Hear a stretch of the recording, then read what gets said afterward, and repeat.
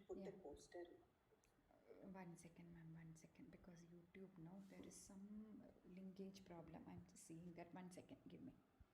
Yeah.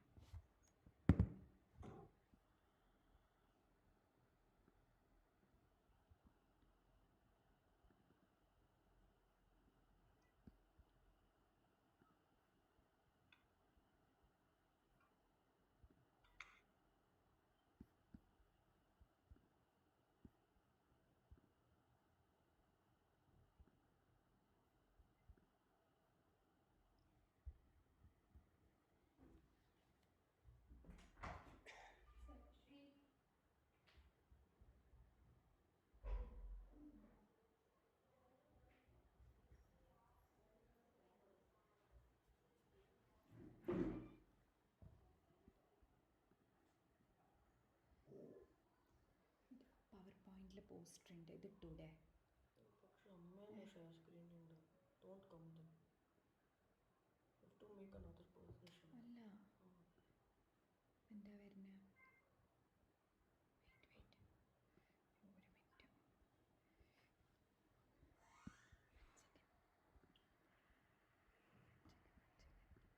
So can we start? ഒന്നുമില്ലല്ലോ share screen. We can start. I'm ready. Yes, sir. Yeah, I'm ready. Yes, sir. Yes, sir. Good afternoon, one and all. Present here for the webinar on behalf of the NSI Bangalore chapter and Neprofan.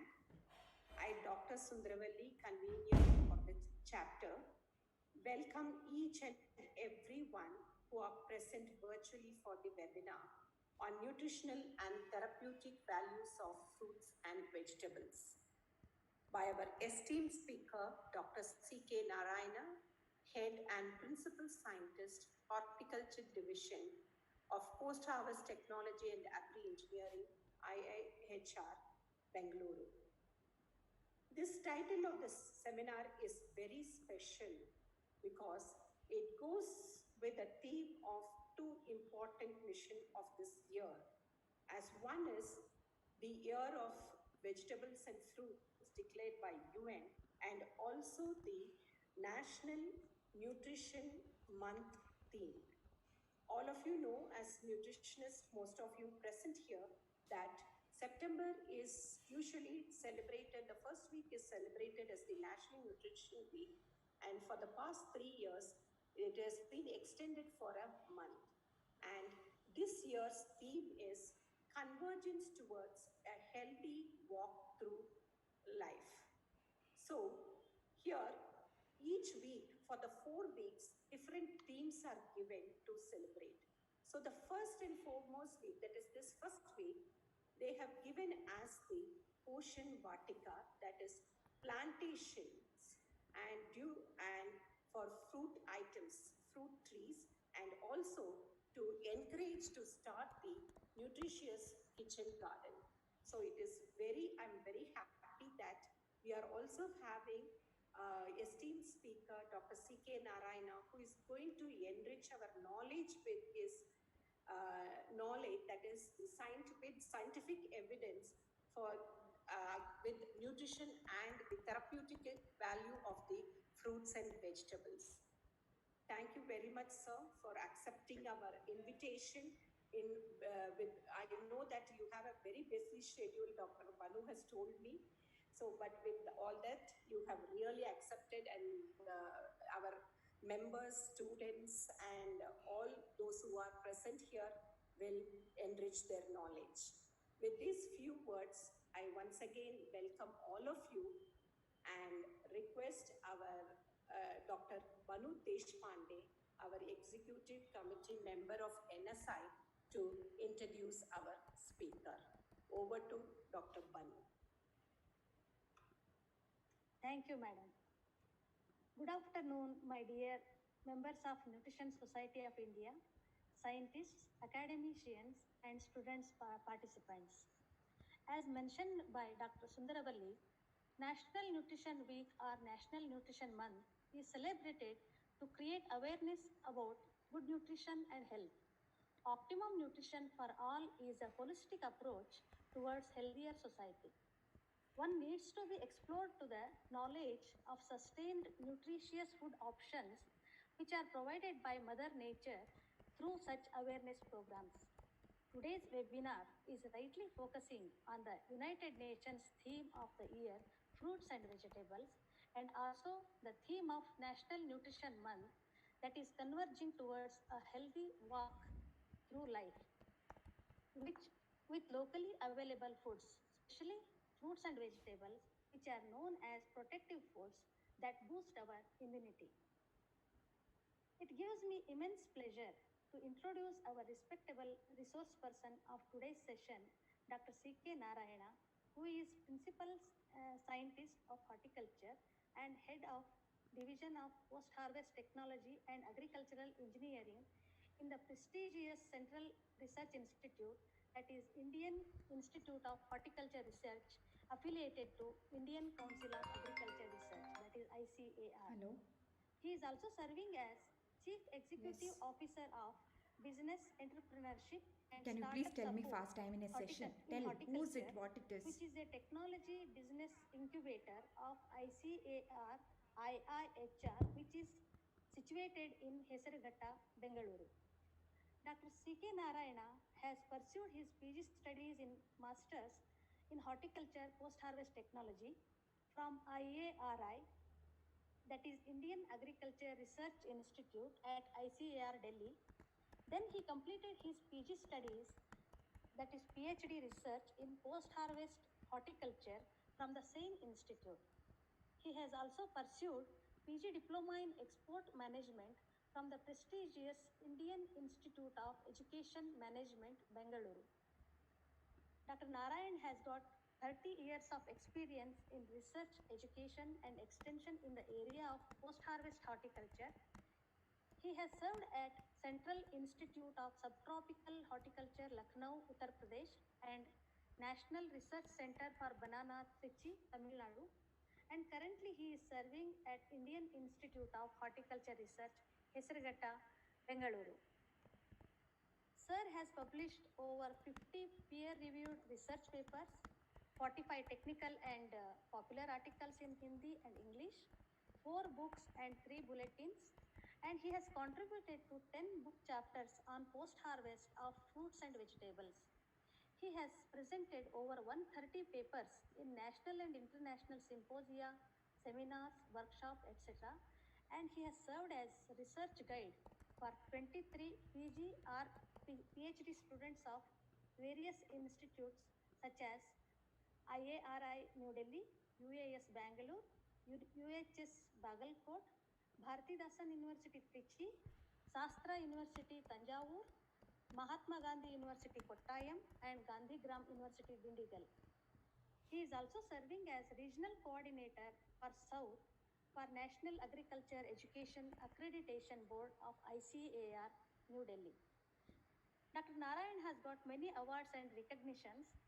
To mention a few, Dr. J.C. Anand Award and Gold Medal from Indian Academy of Horticultural Sciences, New Delhi. Dr.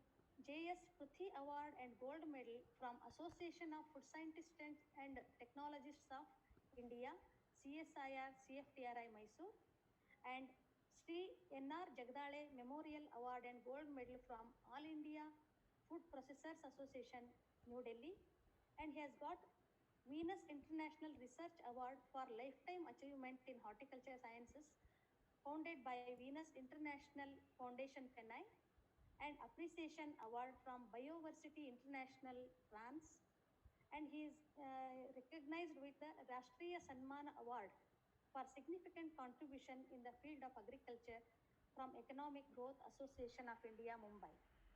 He is fellow of National Academy of Biological Sciences, Chennai, fellow of Indian Academy of Horticultural Sciences, New Delhi, fellow of Association for Improvement in Production and Utilization of Banana, Trichy, and he has got fellowship of Confederation of Horticultural Association of India, New Delhi. Such a commendable and adorable academic profile of our eminent resource person. When we asked for his biodata, brief biodata, he has sent this. This is a brief biodata of our sir, and Dr. C.K.Narayana is serving as head of the post-harvest technology division of IIHR now. And sir, thank you very much for accepting our invitation to be the research person of this webinar. And friends, join me to introduce, welcome Dr. C.K.Narayana sir to deliver his special lecture on nutritional and therapeutic values of fruits and vegetables, which is very relevant for the present pandemic situation. Over to you, sir. Thank you. Thank you very much, madam. I thought you would abridge it, make it a smaller one-para thing. Probably you read out the entire thing what I sent. So thank you very much for that elaborate introduction. Thank you, sir. Yeah. Now, without wasting much time, I'll start sharing my screen.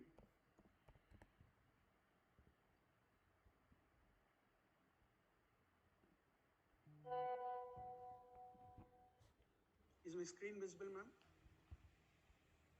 Yes, sir. Yes, sir. Yes, Screen sir. is visible, sir. PPT is visible? Yes, sir. Yes, sir.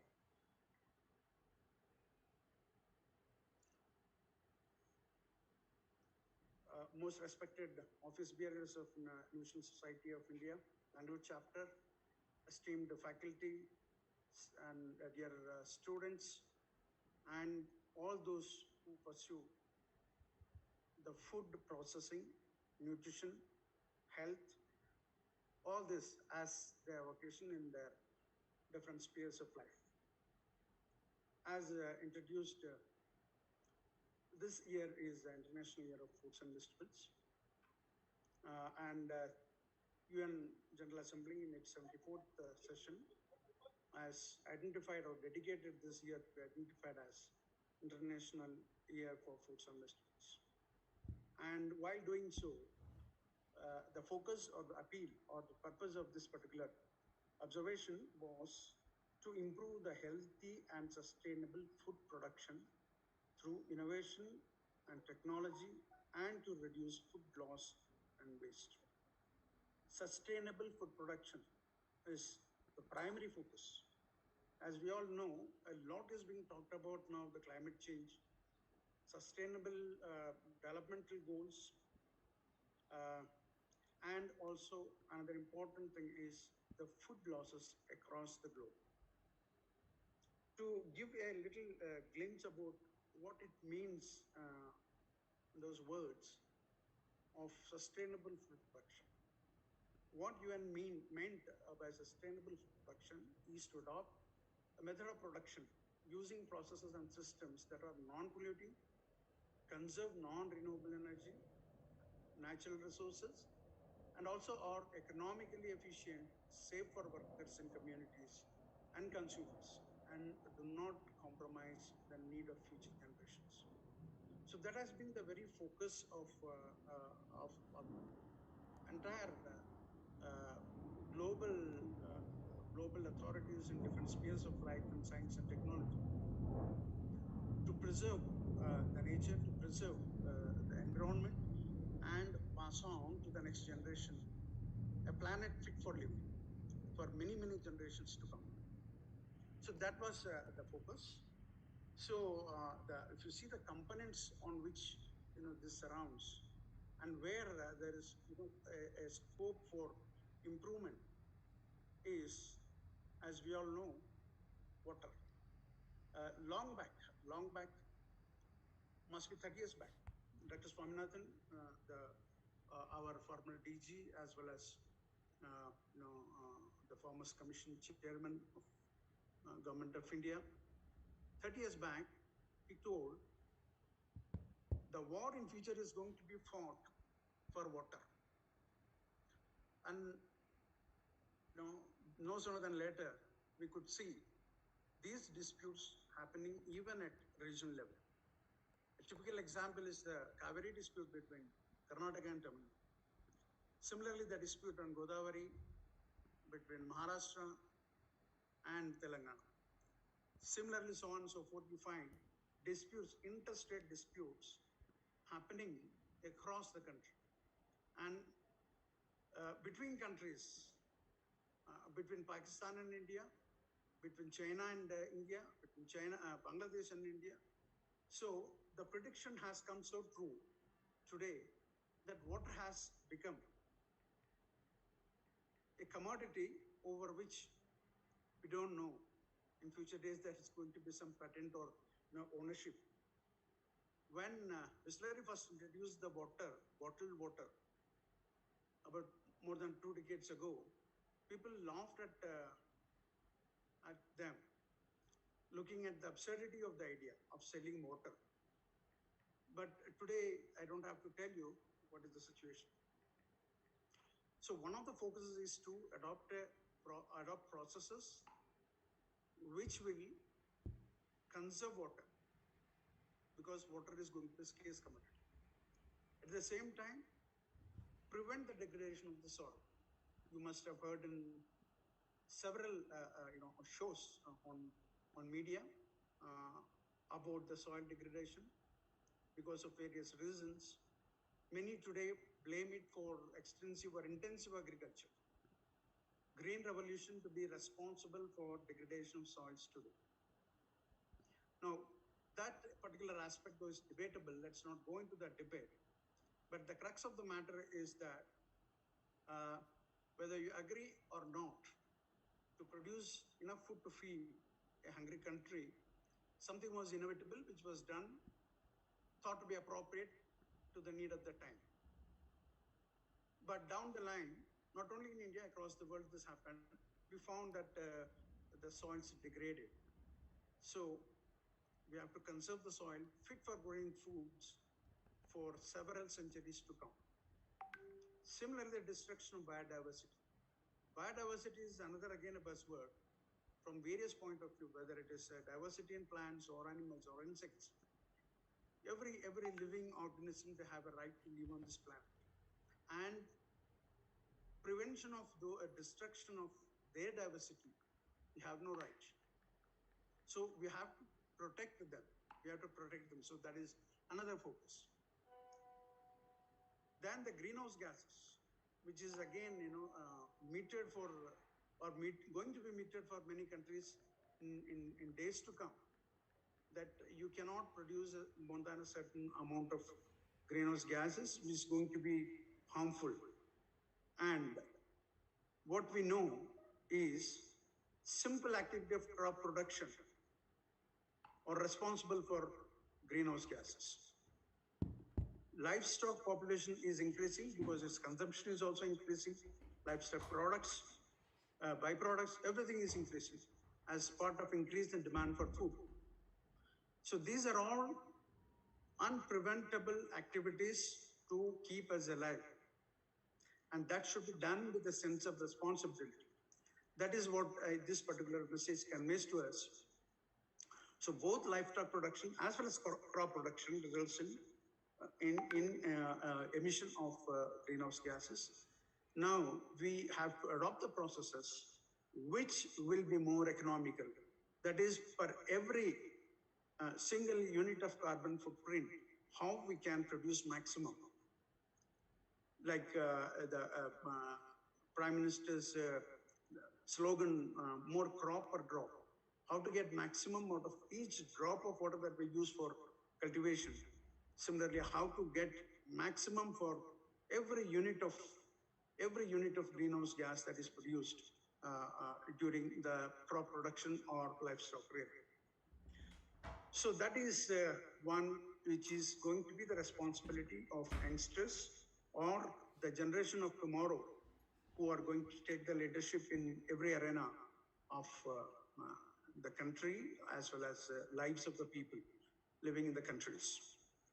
The second important aspect is when the food is going to be such an important commodity, comes with not only just earlier we used to say that it is the toiling of the farmer, but today it is much beyond that.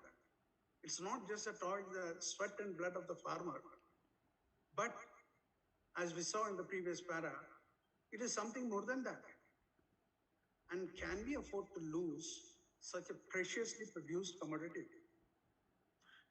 But the matter of fact is that 40% of it produced are lost or wasted. A survey was done by FAO again in 2012. In fact, it was 2010-11. The report came out in 2012 on food losses and food waste, global food losses. Subsequently, again, FAO did another study in 2019 where the situation has not much improved much. A food produced such an expensive way, spending not only the money, blood and sweat, but the resources of the nature. We cannot afford to lose it. Now these losses, how it can be controlled. It's a matter of debate, and you can see who is following it in media as well as in papers know that the number of schemes and the effort of governments and amount of money that is being pumped in to prevent the food losses is now enormous, not only in advanced countries, but also in countries like India, developing countries like India, and underdeveloped countries like Africa. So those food losses, the survey says that it's 35 to 40%. Now, you'll be surprised to know that an advanced country like US also has 40% food loss. And a country like, maybe Ethiopia or maybe Kenya or Uganda, they also have the same rate. Then where is the advancement in the science and technology? How such an advanced country is losing such a colossal amount of food? Here, the report says, in advanced countries, US, Europe, many of European countries, the losses are post-processing. We all know that Western countries consume a lot of processed food. As horticulture scientists, we know that in US, 80% of the food is produced is processed, whether it is fruits and vegetables or milk or meat or any other product, food product. 80% is processed. Countries like Philippines, 60% is processed. But in India, we process only 2%. Hardly 2. Now, for the last 1 decade, the statistics show it's increased to 2.5%. So, our illusion was that once you process the food, we can prevent the loss. That is the word going around even now in India. So what is the way to reduce the food losses? To process it and convert it to product. But a country like US, which is producing 80% of their is processed, they also have the same loss. Because everything has an expiry date. The processed food which is beyond expiry date is dumped as unconsumable from certain standards. And in countries like India, where processing is only 2% or 2.5%, same losses, but not the processed one, before it reaches the consumer's table in a fresh form.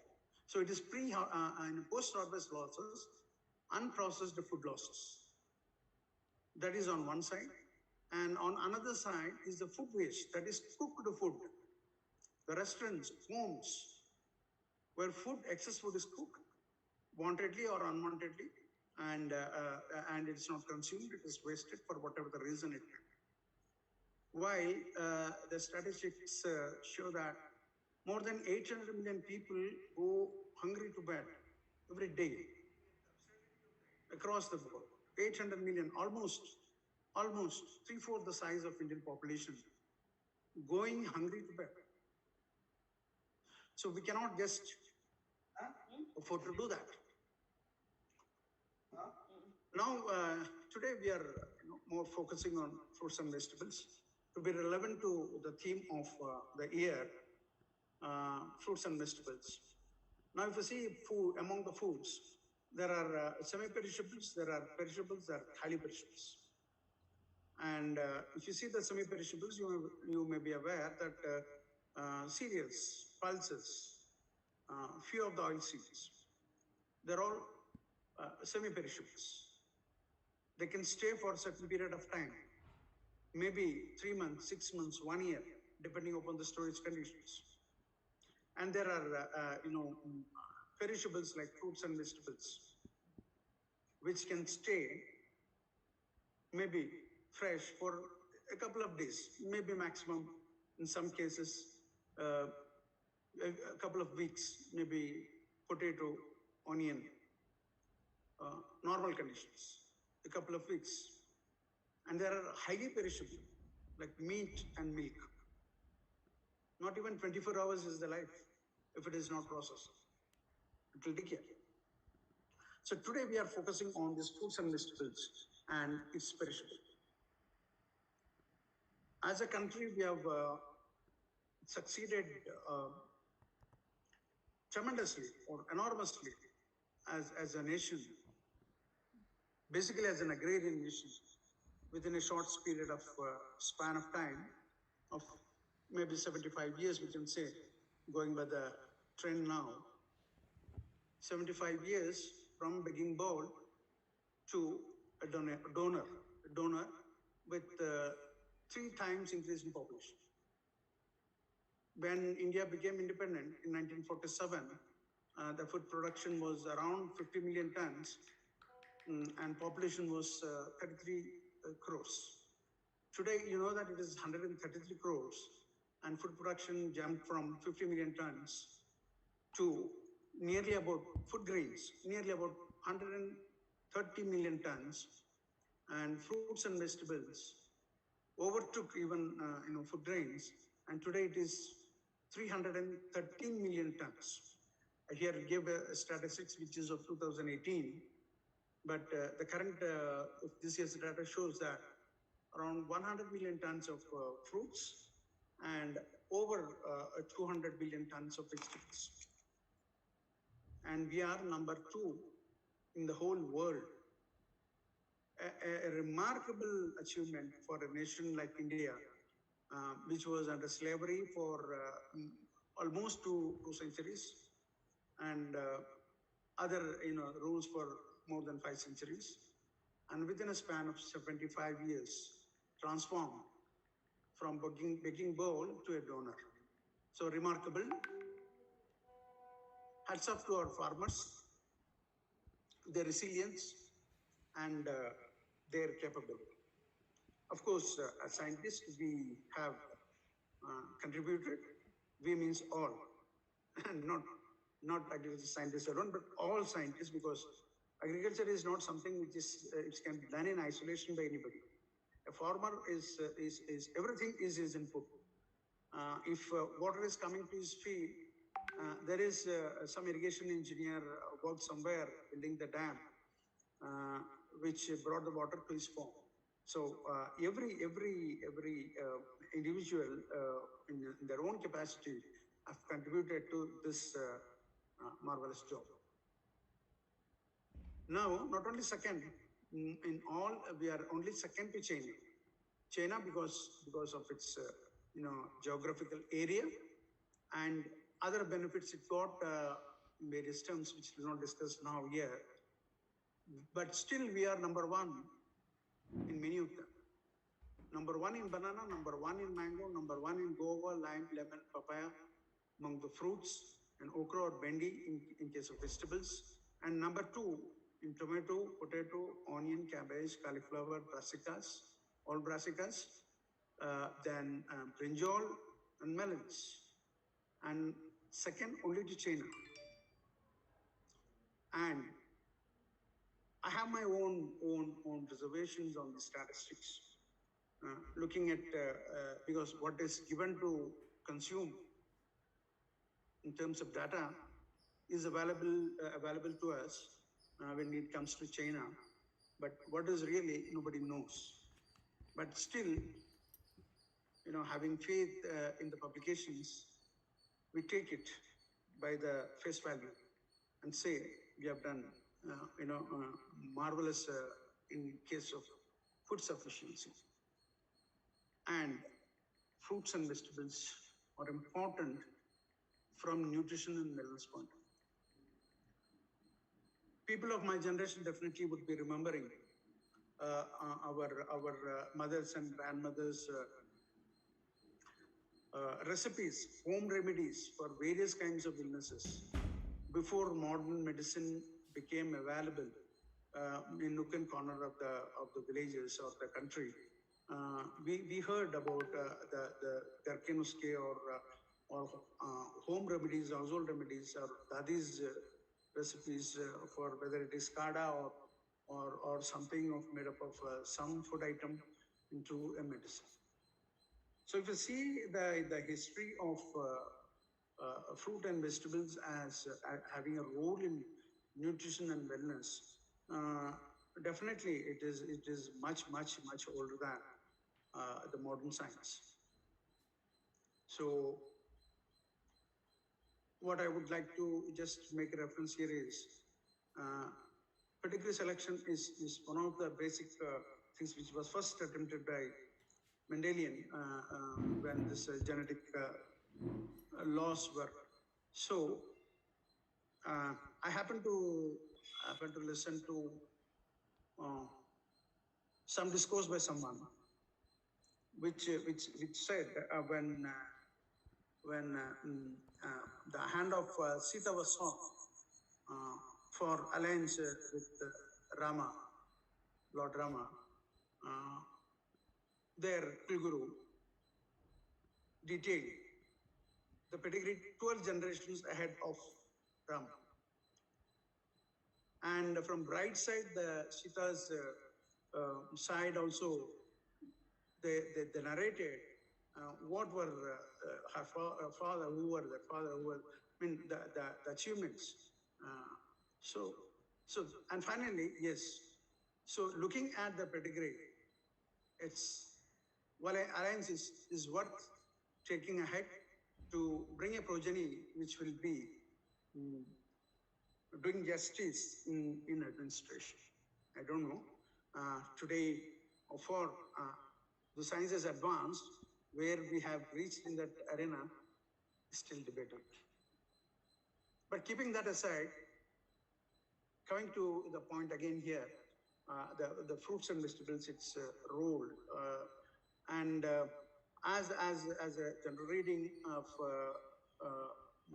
whether it is a time pass or a novel or historical, whatever it is, we read about the evolution of man as a nomad and going around in search of food.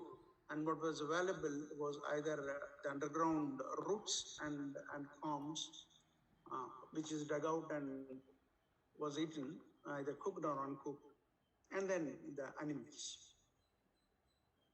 And the lifespan probably was around 25 to 30 years at that time. And today the average lifespan is 75 years.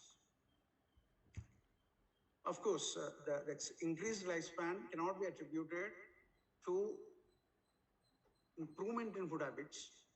It should be attributed to achievements made in medical sciences and other things. I say this because if you see the food habits, fruits and vegetables were sufficient because there was no organized cultivation. The organized cultivation of crops came just only 10,000 years ago. Just 10,000 years ago, man learned how to domesticate a crop. He took up to agriculture only 10,000 years ago. Though some people put it at 12 and 15, even agreeing that it's not more than 15,000 years.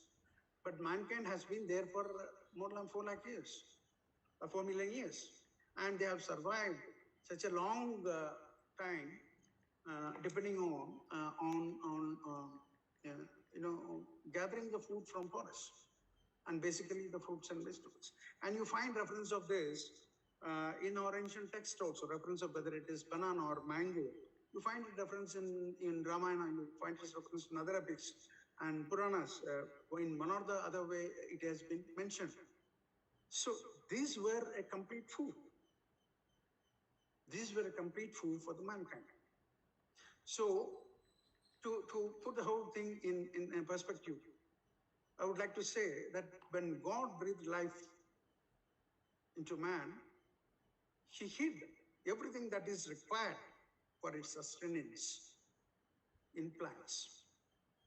For carbohydrates, whether it is for proteins or fats or medicine, everything God provided around the mankind for its sustenance till its death. So just we have a look around it. From nomad, we civilized, we changed into a civilized society. How far is again debatable.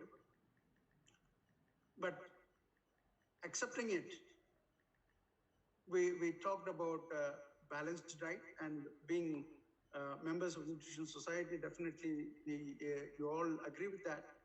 That balanced diet is the one underlying principle in the nutrition when it comes to wellness or well-being. So first is the balanced diet, and we are all familiar with that definition. What is a balanced diet? That is the one which provides the basic nutrition, which provides health benefit, and also provides some kind of protection against diseases and disorders. And in fruits, you find all these three principles or parameters. It fulfills all the three. That is, it will provide a basic nutrition, like carbohydrate, proteins, and fats. Typical example is our tuber crops, potato. You may be aware about the Bengal famine of mid-1770s, where several lakhs of people died of hunger just because potato crop failed. Potato crop failed, so lakhs of people died out of hunger. So it was a major source of carbohydrate. And different areas had different kinds of sources of food in tubers and roots and tubers. Similar to tapioca, cassava. Even today, it is a staple food in several African countries, where they have no means to cultivate the crops like wheat or paddy or other cereals and millets. They still depend upon cassava. So it is a complete food. Banana. In African countries, particularly Uganda, which is the biggest, second biggest banana grower or banana cultivating country, banana is the staple food. I've been there, saw their food, all three times they eat banana. It's called matukia banana, which is a cooking type. So they boil the whole banana, and then they peel it and then mash it into a paste, add some salt, maybe a few green chilies, and that's their food. And to supplement the nutrition protein source, they just boil some beans, various kinds of beans, and that's it. It's a balanced diet, and that's our. Of course, it may not be providing the protection against diseases and disorders, but the basic nutrition is met from that. So in India, we find the typical, potato consumption. To some extent, cassava also, in some parts of the country, not everywhere. It's a staple, or it is consumed in a big way. So all this is available in fruits and vegetables, and it served the mankind to meet those requirements for several thousands and thousands of generations. I think I will skip this. Being nutritionist, I don't have to tell this, what is the role of carbohydrates, proteins, and fats, and minerals and vitamins in the body. But I would like to tell you about the malnutrition, the facts and figures. This again keeps changing because it depends upon different agencies who provide the data. Now, just now, previous slides, I blew my trumpet about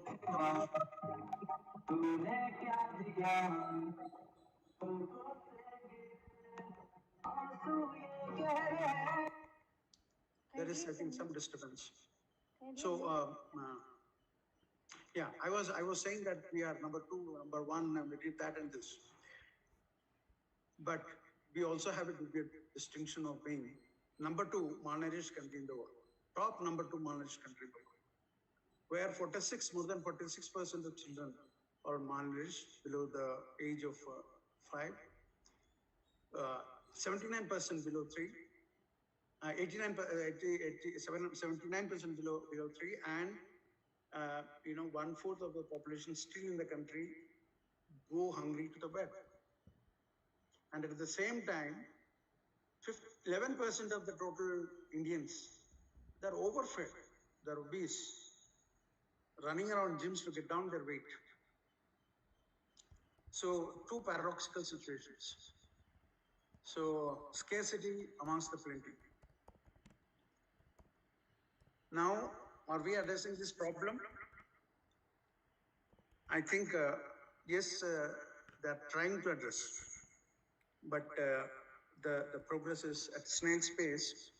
So we don't know how long it will take to achieve that goal, which is one of the goals of sustainable development goals.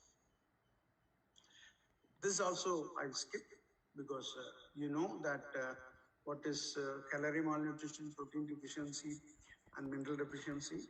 I'll skip this. So, to put it in a nutshell, undernutrition leads to vulnerability to diseases resulting in deaths.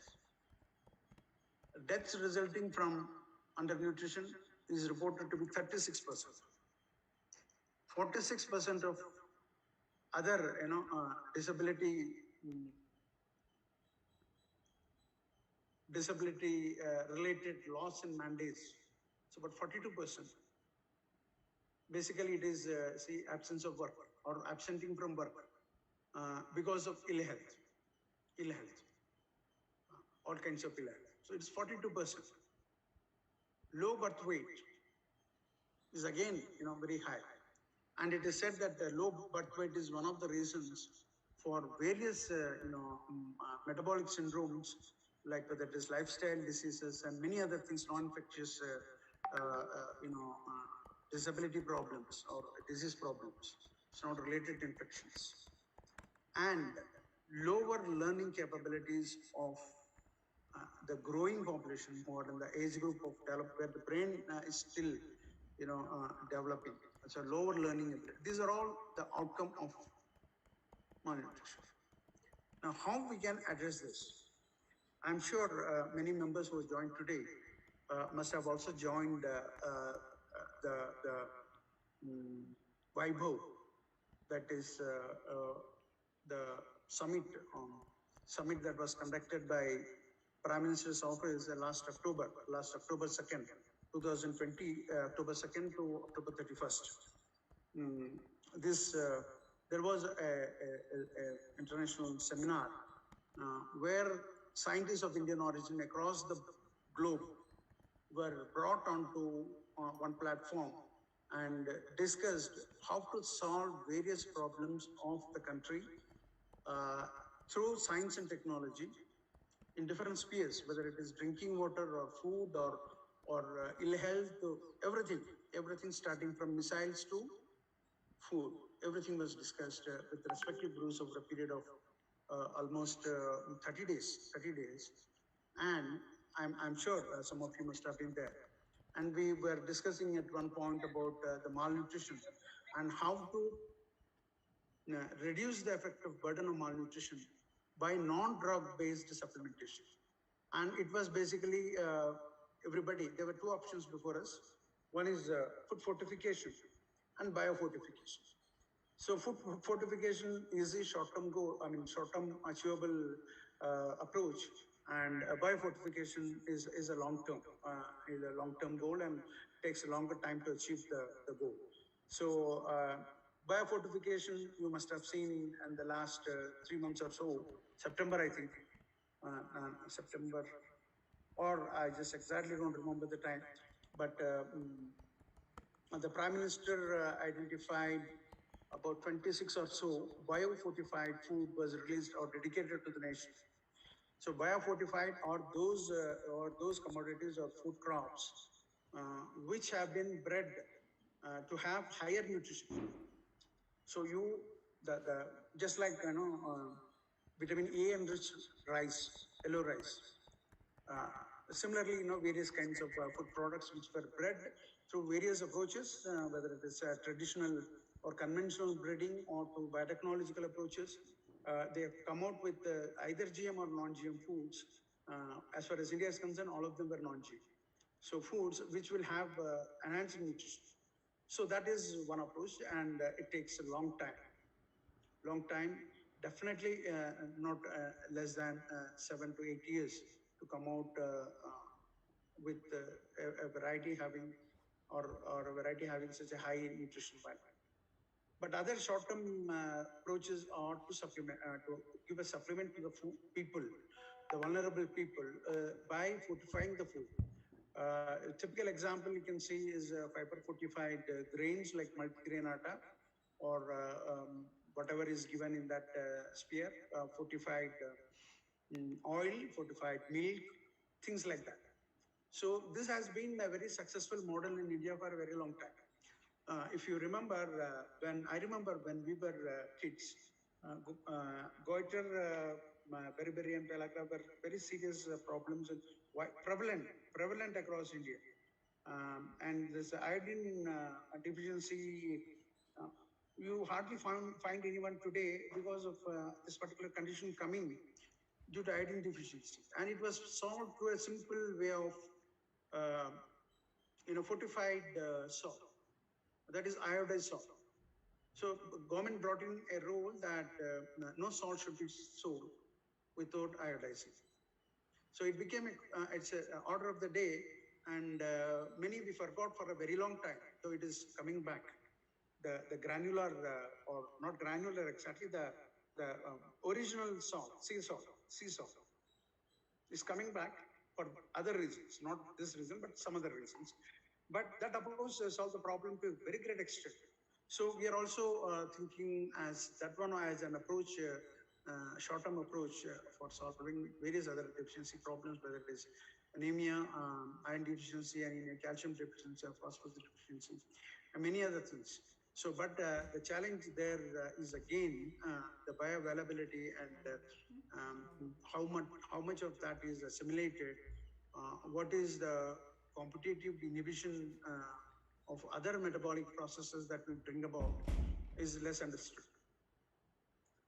So that is as far as some of the things which can be procured or which can be added, available and added. But there are certain things which cannot be added, and that is phytonutrients or phytochemicals.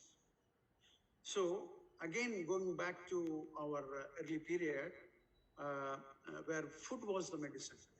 Food was medicine, and there were, certain things to be consumed, certain things not to be consumed during a particular condition of medical condition. Under particular medical condition, certain they used to say something like Varjya or Patya, something they used to say, and it means during certain conditions you are not supposed to do certain conditions, certain types of foods. So it goes to say that it served the purpose of the medicine. And many, or almost you can say 100% of Ayurvedic formulations are plant-based. Even for modern medicine, many of the molecules which were later synthesized as synthetic analogs, the original structure was from the nature again, whether it is crocin or many other things, or several antibiotics. Several things, they were all from nature. Even today, nature is a major source of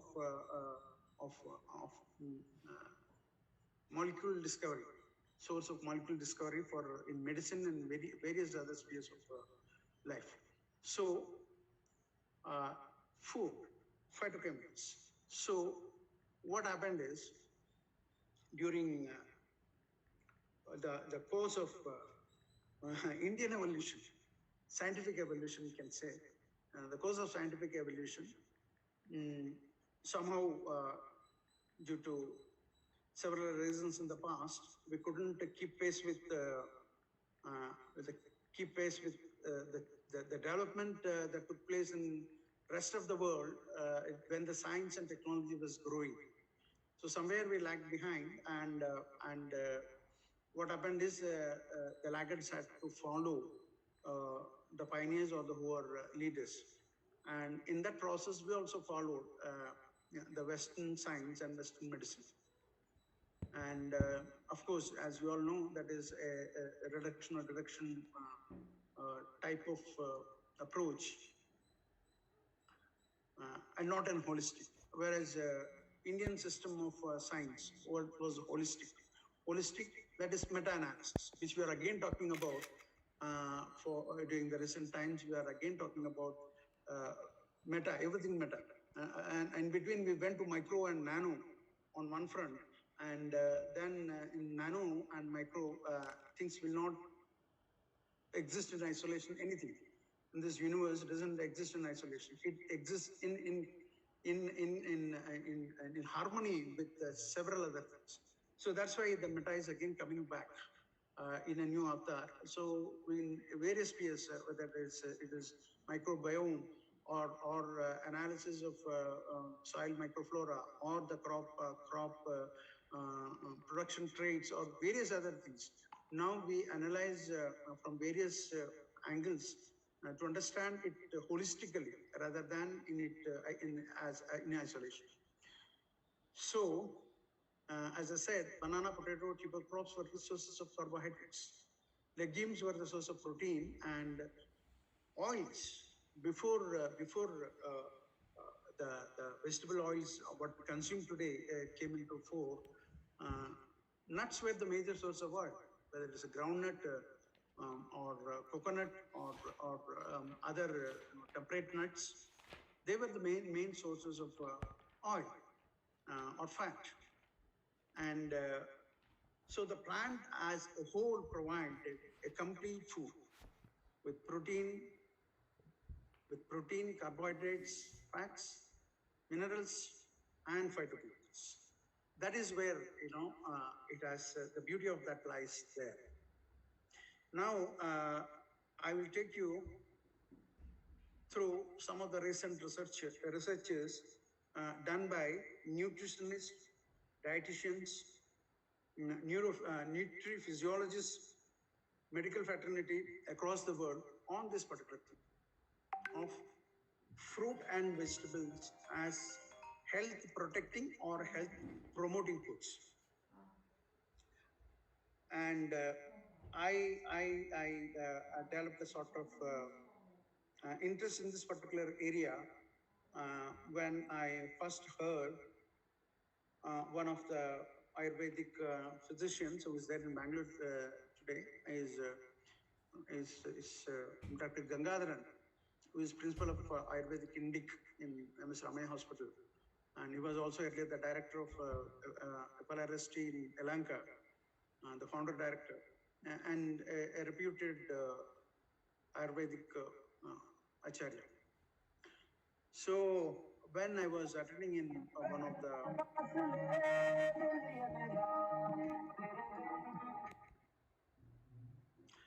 thank you. So when I was attending one of his talks in NIAS, National Institute of Advanced Studies, IISc campus, he elaborately talked about for more than an hour about the Indian system of medicine and why it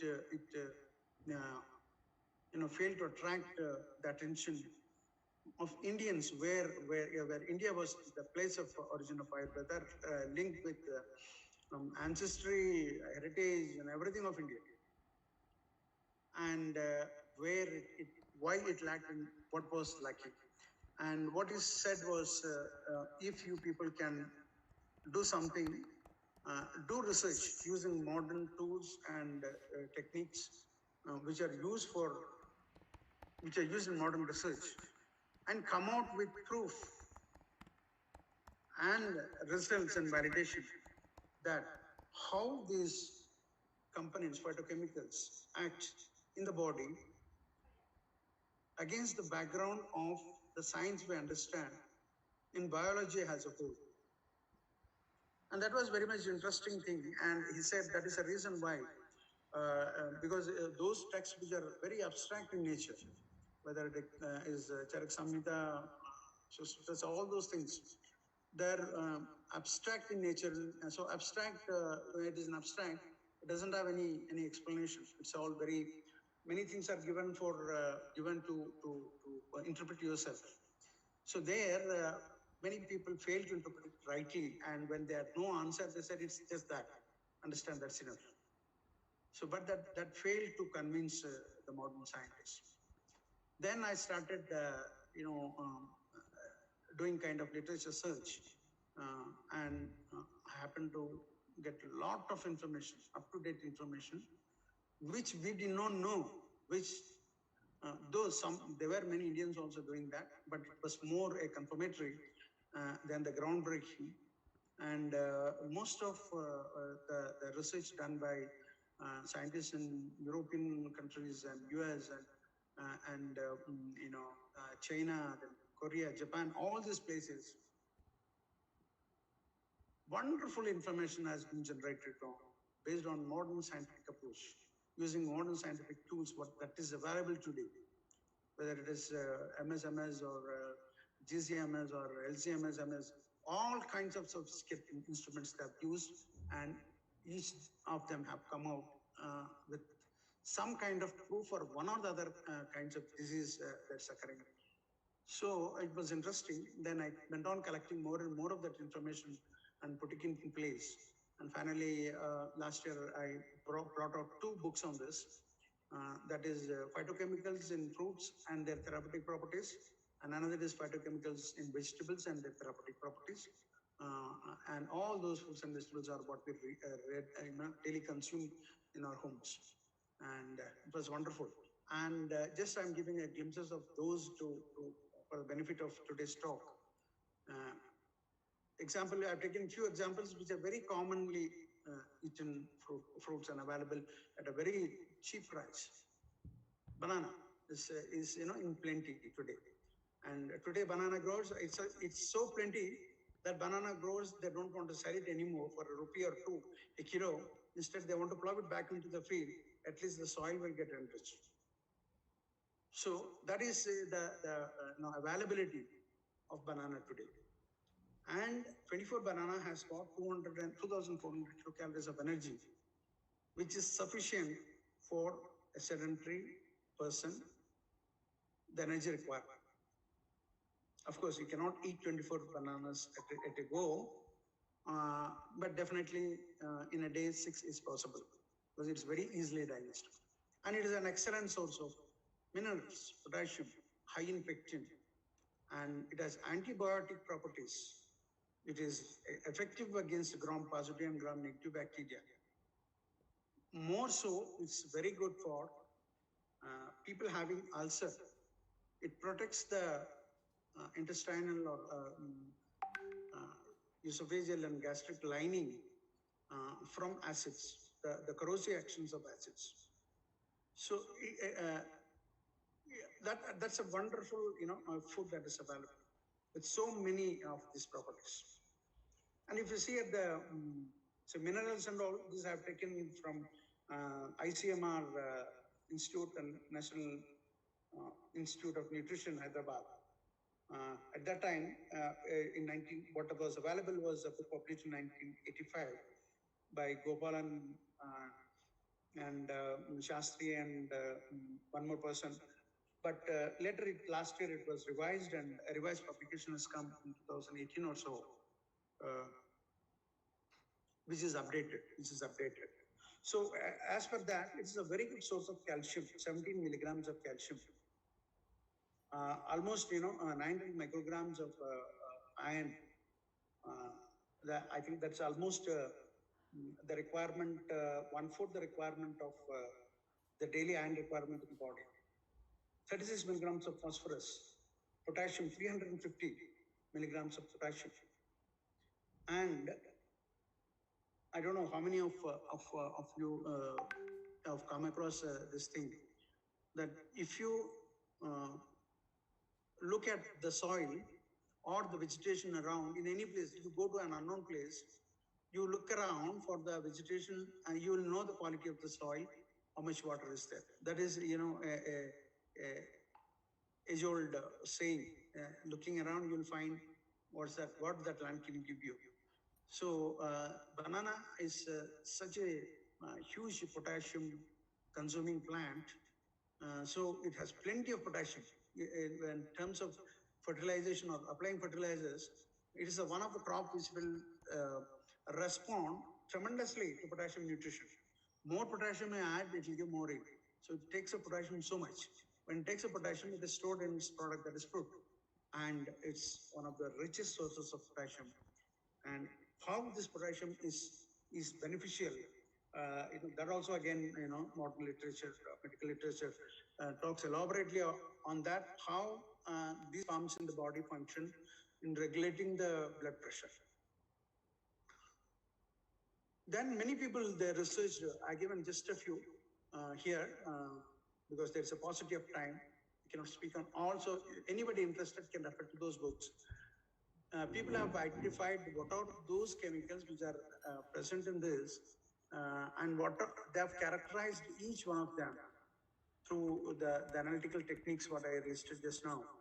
And then not only they identified, they tried to use those chemicals and see whether when you do some validation studies, either cell and cultures or other in vitro studies, they exactly found the same result which were claimed in these ancient texts or even in Ayurveda. And that's how they agree now. Yes, it has got that. Till this was proved through modern methods, it was taken with a certain amount of suspicion how far it's true. But today it says banana has all these kinds of chemicals, epigenin. These are the important ones. Then there are many other minute quantities of other chemicals too.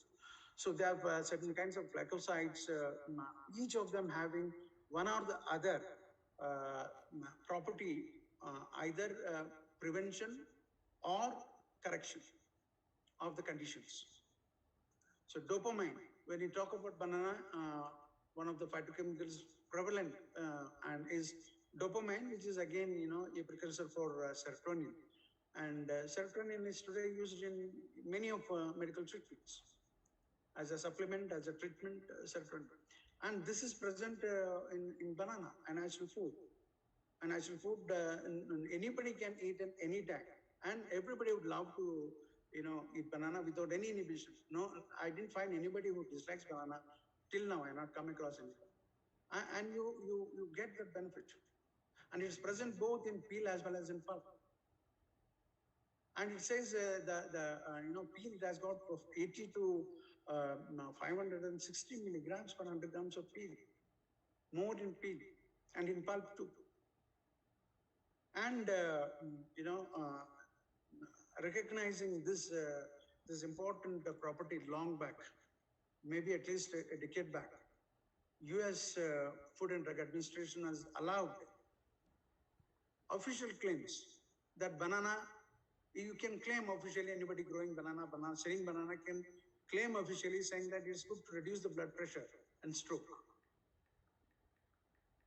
Then, across the world, so many studies done. In one study done in England, 2,200 students were, given bananas before examination to see their brain power, and there was a control who were not given. So they were given all 3 times breakfast, lunch, and in between breaks, and saw their performance in examination in terms of alertness of the brain and as well as the way they answer. And it was proved, yes, there is a remarkable improvement in the group which was given banana.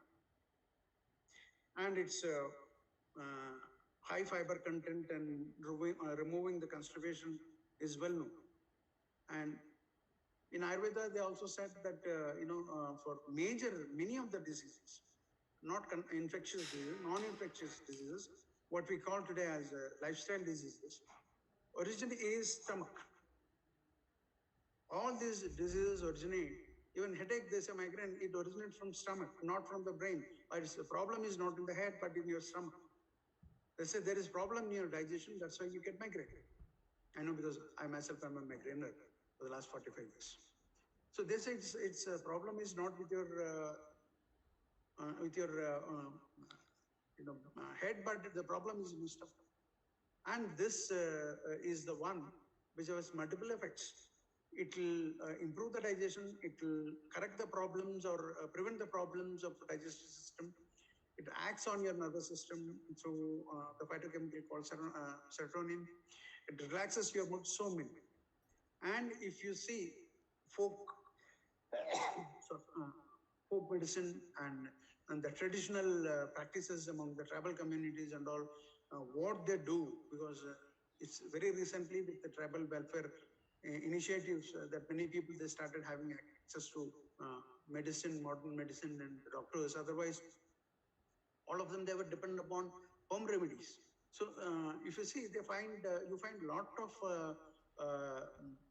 practices in folklore as well as in traditional system, where they suggest eat banana with honey, or eat banana on empty stomach, or eat this much ripened banana only, or eat unripe banana. Several formulations, and today we find lot of supporting information coming through it.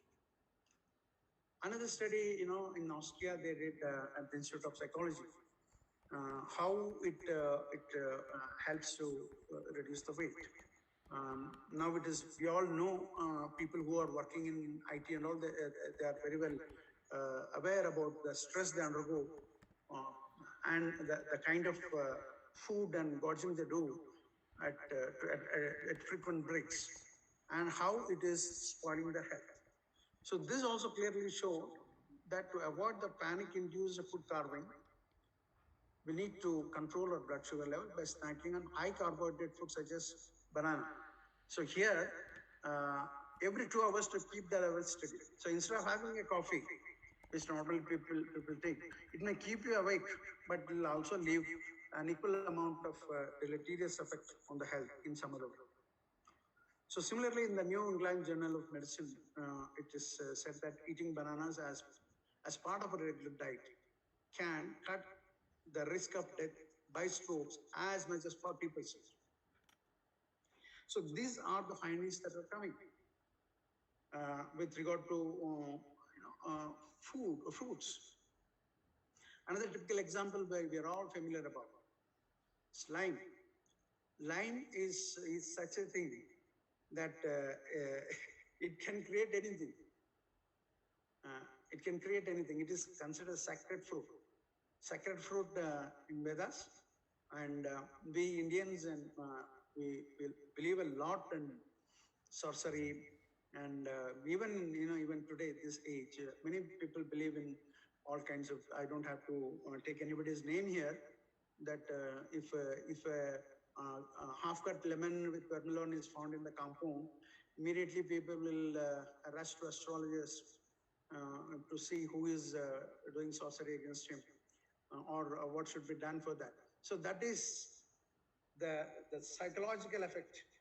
Just the sight of lime can bring.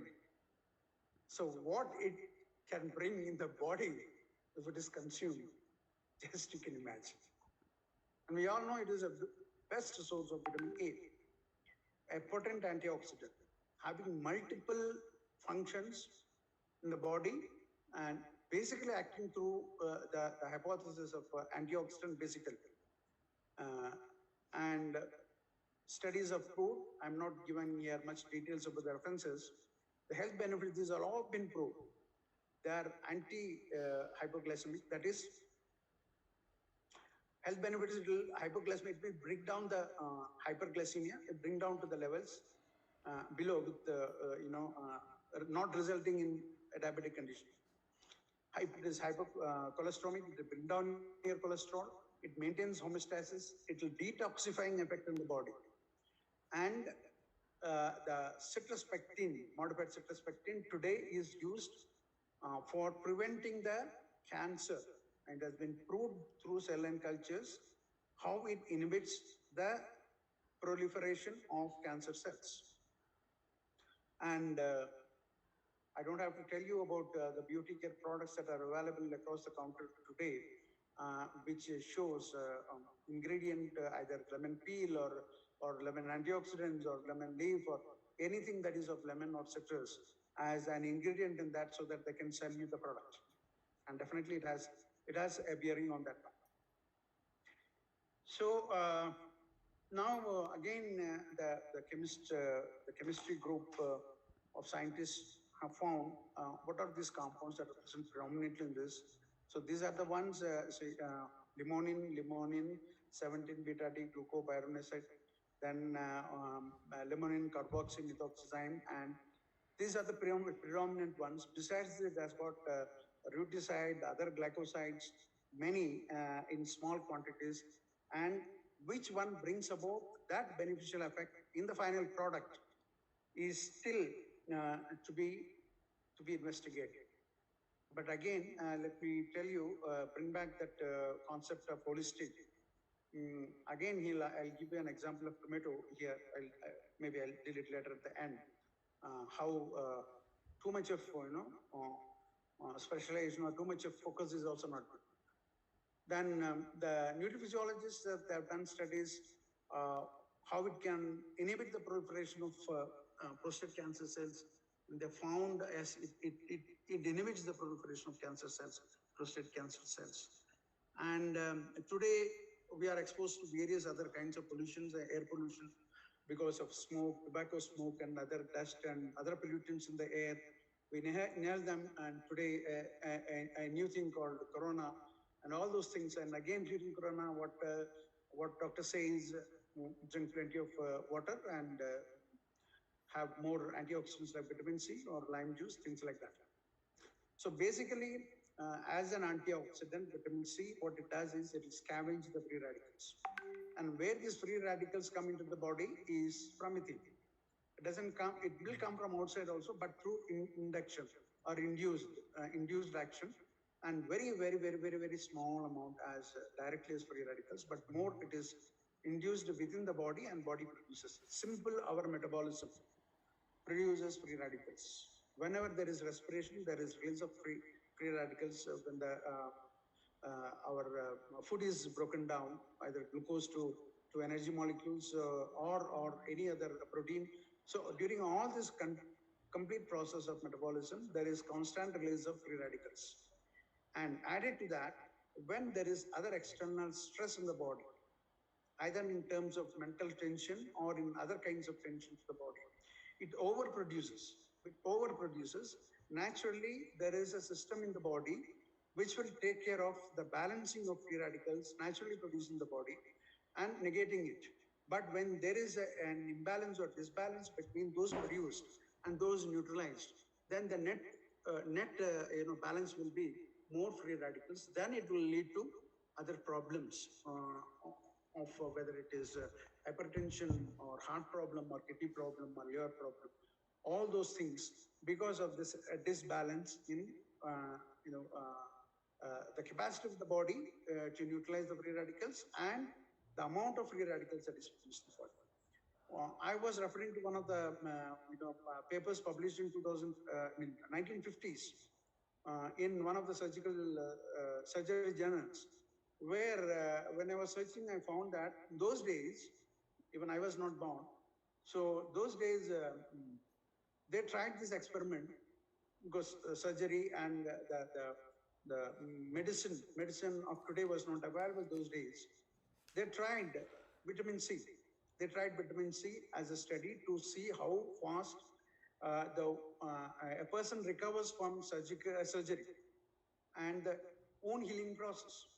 And they found the persons who were given an additional doses of vitamin C as supplement recovered faster from the invasive surgery, and the wound healing or the surgery wound healed faster than the one who was not given vitamin C.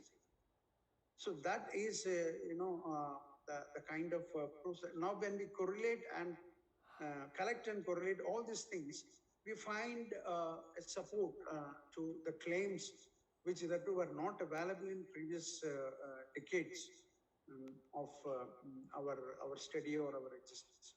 Then there are a few traditional medicines, how they used to mention. Here, the first point I would emphasize, whether it was known earlier. I was talking about just now about 1950.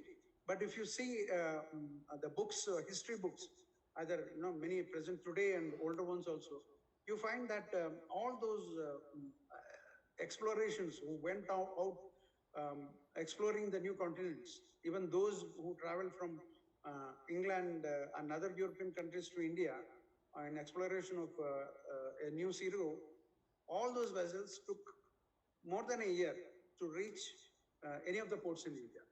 And there used to be hundreds of people on the ship.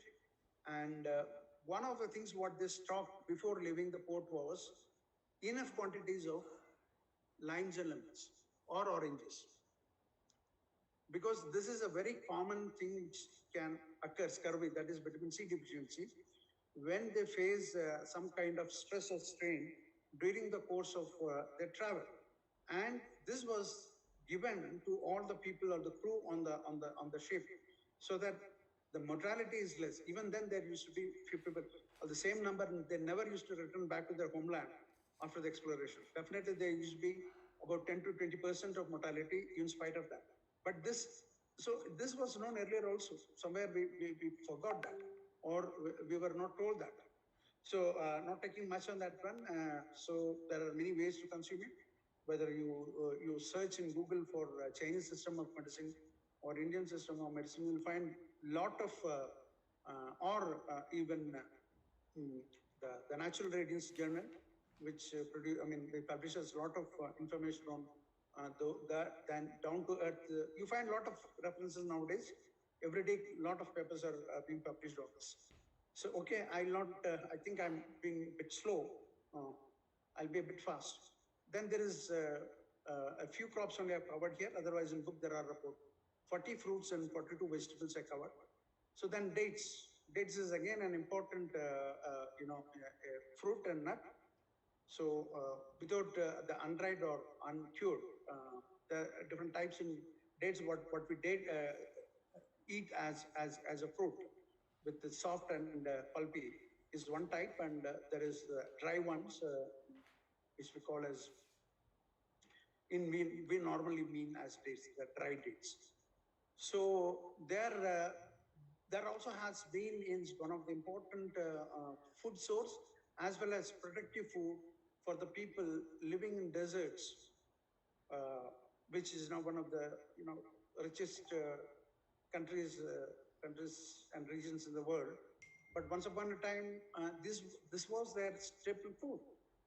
This was their meeting all the requirements of food. And today they have found that through different analysis, they've got a lot of flavonoid glycosides, important being luteolin, quercetin, and epigenin, which are very important phytochemicals that are present in this particular fruit or nut. And it's not had such an excellent property, and that some of them they extracted a decoction of the nut and studied what is there in that nut. So there also they found a lot of compounds like epigenin and other sulfated forms of luteolin, which were having, all of them they're having one or the other health benefiting effects. Then some groups conducted preclinical studies using animal models, and they found that all these claims, that is, these are having antioxidant activity, they are able to prevent the mutagenesis, they are able to prevent the growth of infectious microbes, they are able to prevent inflammation in different parts of the body, they are able to prevent, they're able to exhibit gastroprotective properties, liver protection, kidney protection, anti-cancerous, and immunomodulation. All these things they have been able to find through their studies using animal models. And these have been of late, if you have happened to see Nature Briefing and Nature Journals, and including Nature Chemical, you will find for the last 1 year or so, there is an investigation going on to find a natural substitute for steroids. Steroids, as we know, is not very good, but as emergency it is very useful. But prolonged usage is not very good, and they are trying to find if there is any natural source of steroid. Of course, they are there. What we call as phytosteroids, phytosteroids and phytosteroids. But how far it can be a substitute for for the synthetic analogs of the synthetic steroids is still under investigation, and we don't know how long it will take. Then again in 2009, if you see, some people they did how it is able to reduce the oxidative stress as reflected its indicators in blood serum. They found that after consumption of dates, there was 33% reduction in oxidative stress as detected in serum. Similarly, so many even antiviral property. One of these papers even suggested that these, dead palm seed extracts can be tried as an potent antiviral. We don't know about corona, but in general, because among the viruses, they have been able to study its effect up to HIV. In many of these things, have been able to prove the antiviral property, where they were able to either prevent the multiplication of viral particles in the body during the presence of these compounds in the blood, and including HIV. So then pineapple is again a wonderful fruit that is available, but in plenty, not everywhere, but in some places, because pineapple needs a typical tropical high rainfall climatic condition. So you find it in India only along the western coast and eastern coast, and then northeast India plenty. In rest of the part, it's not grown. Rest of the part you get only by the people who transport from these areas. So they have found that we all know that there is bromelain one enzyme which is there in pineapple, and it's a proteolytic enzyme. And today there are drugs where these are used as medicines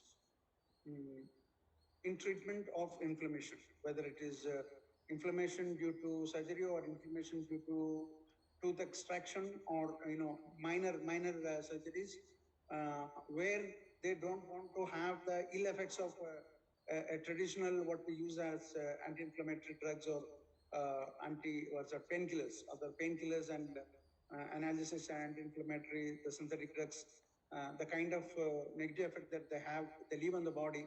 To prevent that, I've seen myself some of the doctors prescribing these medicines. A few companies which have come out with is based on bromelain and butene. These are two compounds again of plant origin, and they have anti-inflammatory, very strong anti-inflammatory effect. And now it has been proved that how it brings about this anti-inflammation is by suppressing the production of prostaglandin, which is responsible for it.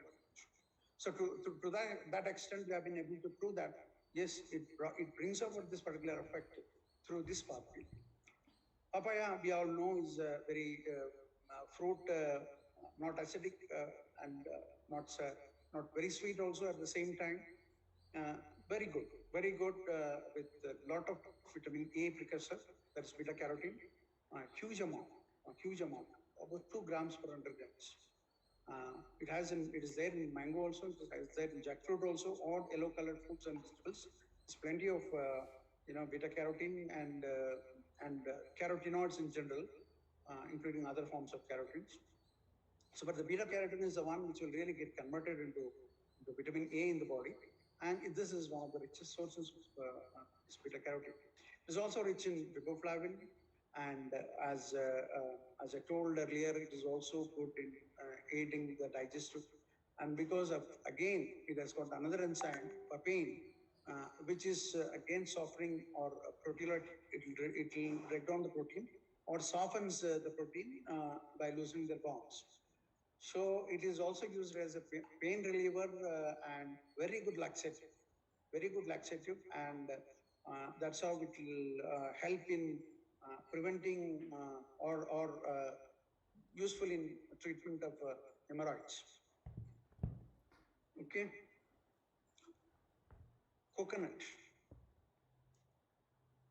For a short while, we went away from our traditional learnings, and we went on believing that coconut is not good for health.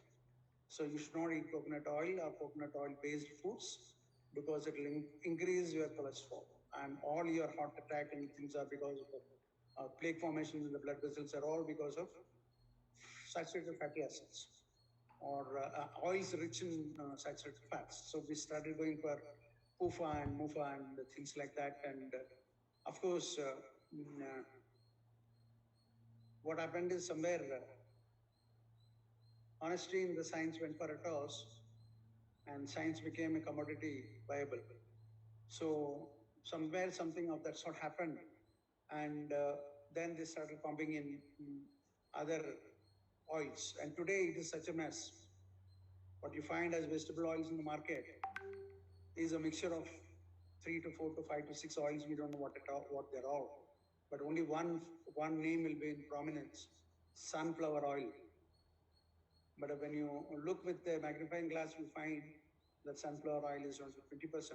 The rest 80% is some other thing, or 30% is sunflower oil, 70% is something else. So we have ended there, and we forgot about. But the world is round; it goes around. We have again come to believe that the world, not only we, and many parts of the world now started believing, coconut is good for health. So now we can consume. So these are the kind of chemicals, phytochemicals that are available in this. It's rich in pantothenic acid, biotin, folic acid, and various kinds of other fatty acids, long chain fatty acids, which has got its own benefit in the metabolism, whether in helping the body synthesize certain kinds of neurotransmitters, or certain kinds of proteins or lipoproteins that are required for fighting diseases.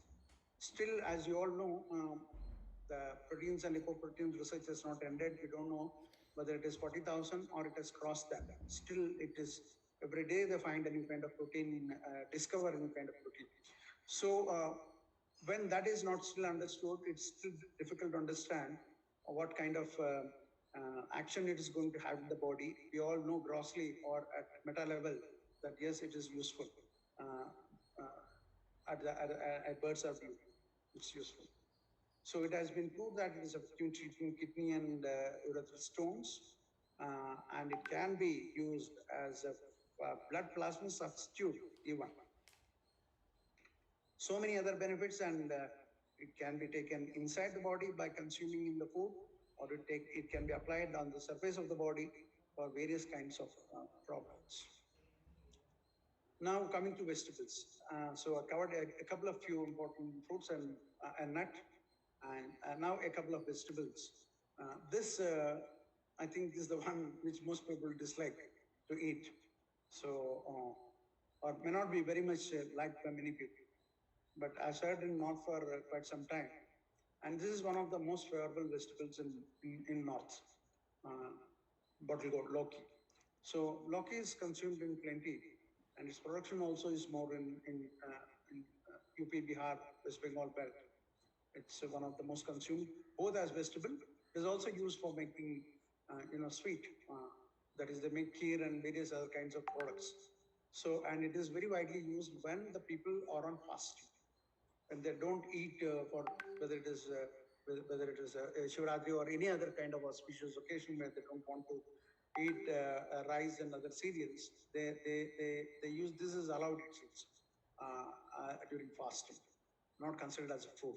So this is such a wonderful thing, and in Ayurveda, again it is described to have a cardioprotective effect, and as a general tonic, this you will find in many of the general tonics that are sold for general well-being of the, particularly those aristas and that kind of alcohol-based derivatives or fermented derivatives. You find one of the components in this.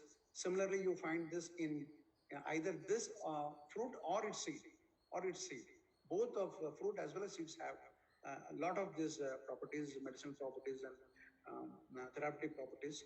So people have identified what are those compounds that are present in this, which is bringing about this particular beneficial effect, and they found that it is methyl alpha T galactoronase, or 3-O-acetyl methyl alpha T galactoronate, or other forms of it in different ratios and combinations.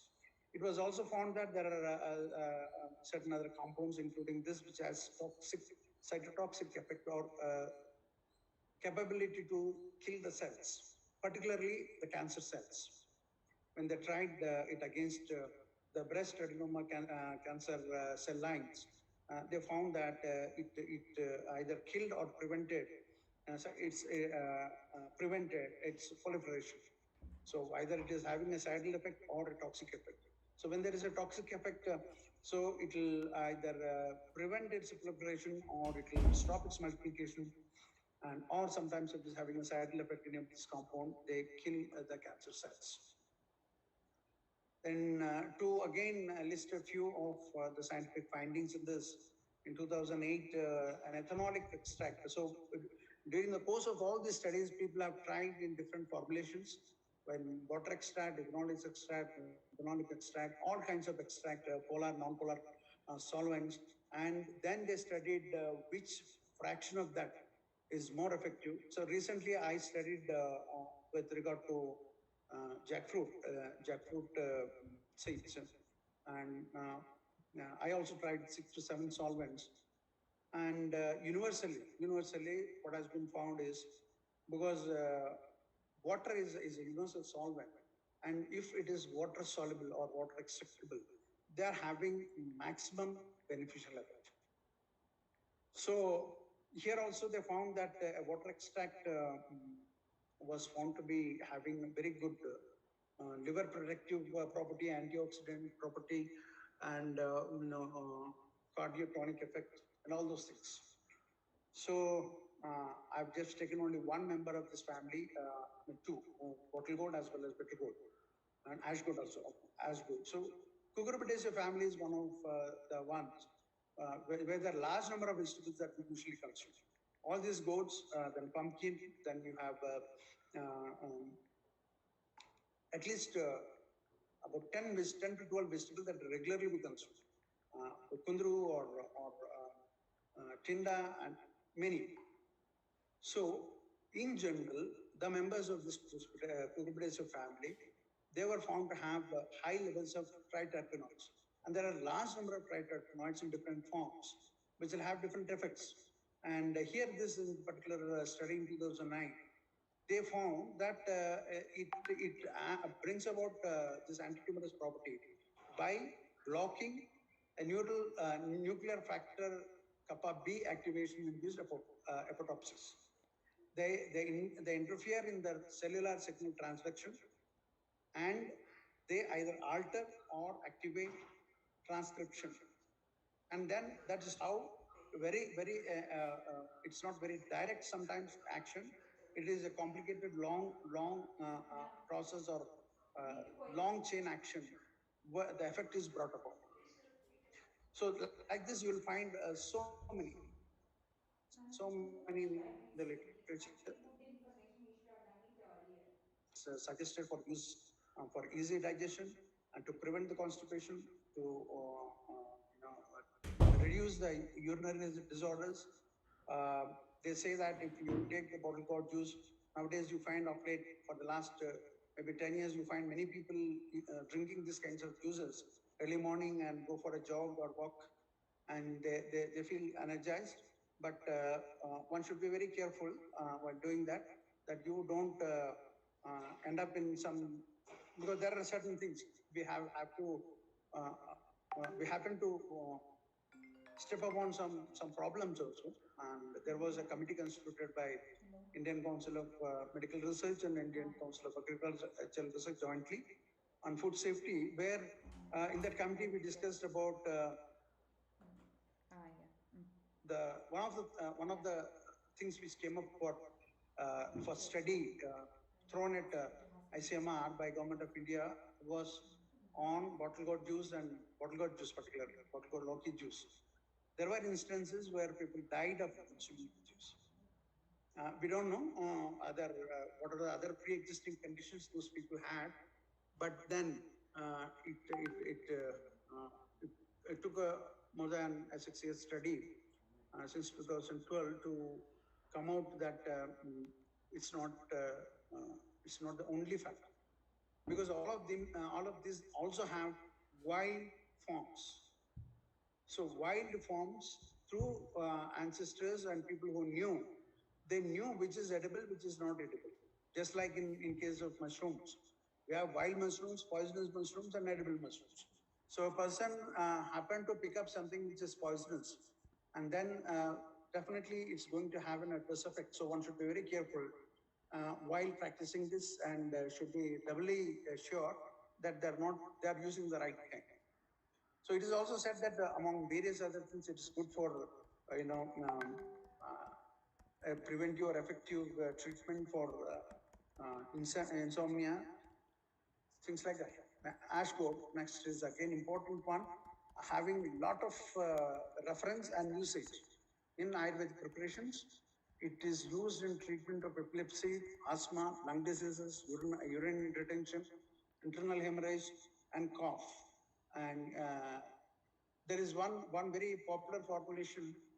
It's called Kushmanda Rasayan or Kushmanda Leya, which is an energy tonic and for various toning up of various systems of the body and cooling of the body. So many. So this is one of the most widely used among the vegetables for medicinal purpose. Ash gourd. Because I'm running out of time, I'm just rushing it through. So these are all, to give you a glimpse of some of the studies done across the world. Similarly, in case of Foxemia or Kundru or Dondakai, it's low in carbohydrates. Nowadays, this is one which is preferred by diabetic people. Diabetic people because it is having very low glycemic index. Vegetables also have high glycemic index. Example, potato. Potato is having high glycemic index. Or most of the tubers which are high in starch, they have high glycemic index, particularly if they are having non-amylase resistant starch. Non-amylase resistant starch, they increase the glycemic index. So once this is the one which has very low glycemic index. Yeah, I find Madam raising hand. Yeah, yes, madam. Mary, madam.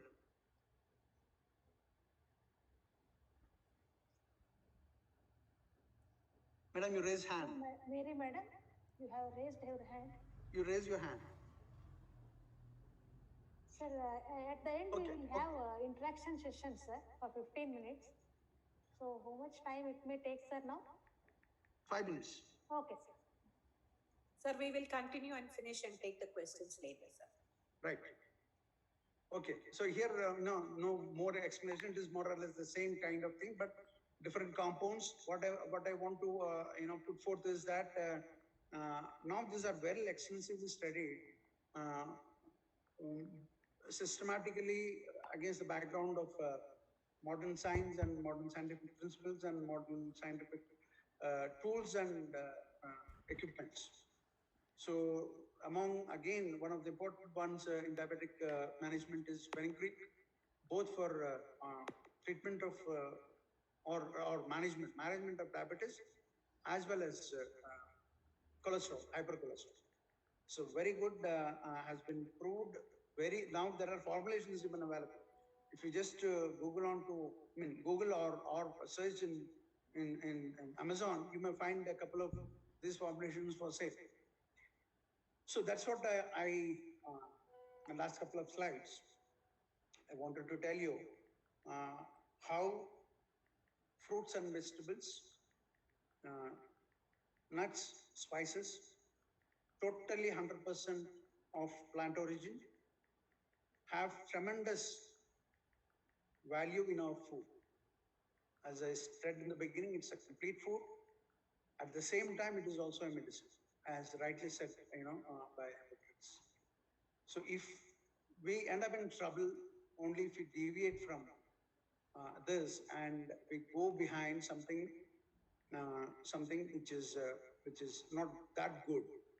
And for the last 1.5 years or so, after the outbreak of pandemic, now you find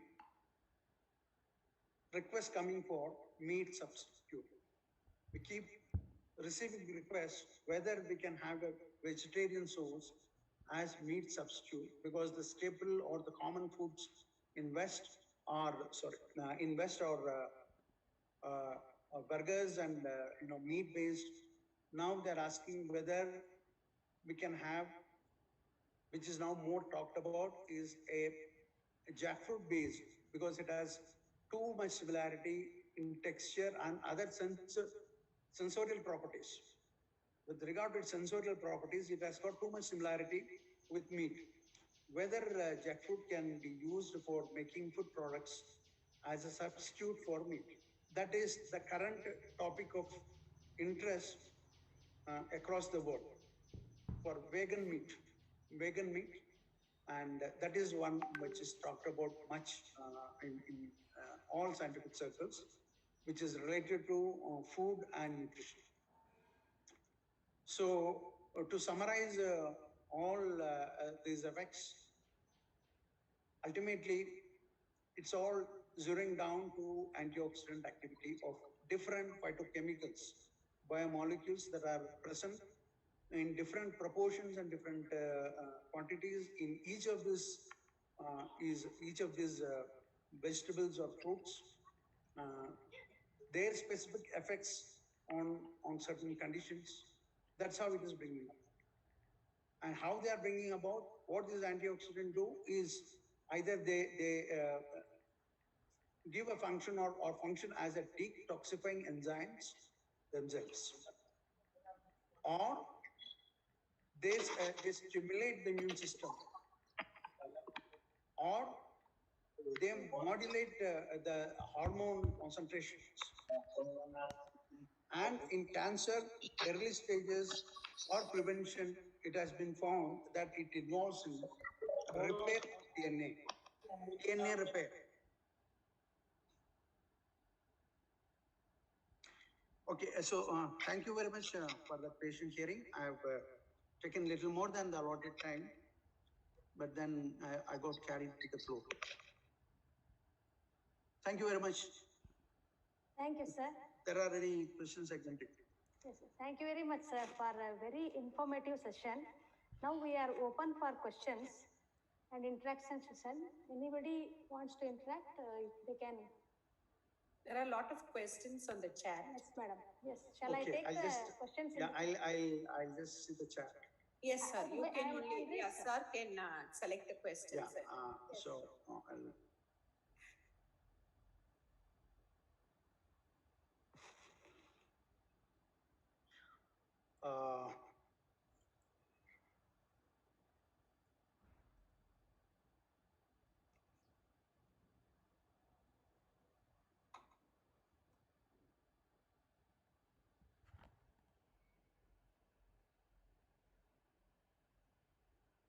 can you send all this information to our email?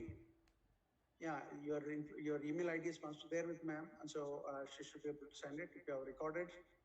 If you have not recorded it, then I think we have recorded, sir, and it is available in the NSI YouTube channel, sir. So is there any recommendation level or limitation for quantities of consumption per day available? Yes, as per the recommendation of ICMR, Indian Council of Medical Research, how much of fruits and vegetables, besides the basic nutrition of carbohydrates, proteins, and fats, one should be consuming? The recommendation of ICMR is 200 grams of fruits per day and 300 to 350 grams of vegetables per day. Each individual have to consume to get a balanced diet with necessary phytochemicals from these sources. Yes. And definitely, anything in moderation is good. So anything excess is bad. So I gave an example of the bottle goat. So if you go on drinking bottle goat juice or petrol goat juice, thinking that it's going to do good work, and then it's going to end up in ICU. So when you're taking it as a medicine, definitely should be taken in a smallest quantity, and there are interactions between various kinds of body types that even in Ayurveda they say that there are various kinds of 16 types of body types. And that's what I heard Dr. Gangadhan saying, that there are different 16 types of body, and each of them will have a certain reactions to stimulants, external stimulants, whether the stimulant is air or it is water or it is food or environment. So each body will respond differently to these stimulants, external or internal stimulants. So one has to very carefully, if you are taking it for the first time, take it in the least possible quantities. See whether your body is accepting it or rejecting it. If it is not accepting, definitely you have to stop it. It's not suitable for your body type. That's what I can say with regard to the quantities. The next question is from Fernandez. She says, an important way to overcome the general lack of awareness about benefits of naturally available products for nutrition health is to promote this knowledge through education system. Yes, correct. So in that introductory chapter of my book, that's what I have also written, that it's lack of awareness. It's lack of awareness which is putting the people to trouble. Awareness, if you have to say in our Indian terminology, it's ajnan or andhakar, darkness. Darkness is like a illumination on that part of it. So always we say that it's unawareness which ends. So we have to throw light.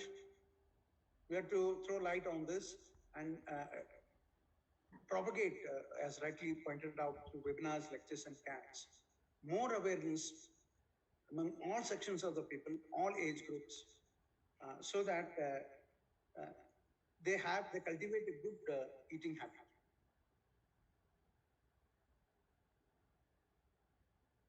Yeah, sometimes arthritis patients avoid lemon as a case also. So it is correct or not scientific reasons? Yes. No, if you ask a doctor, he will say there is no scientific proof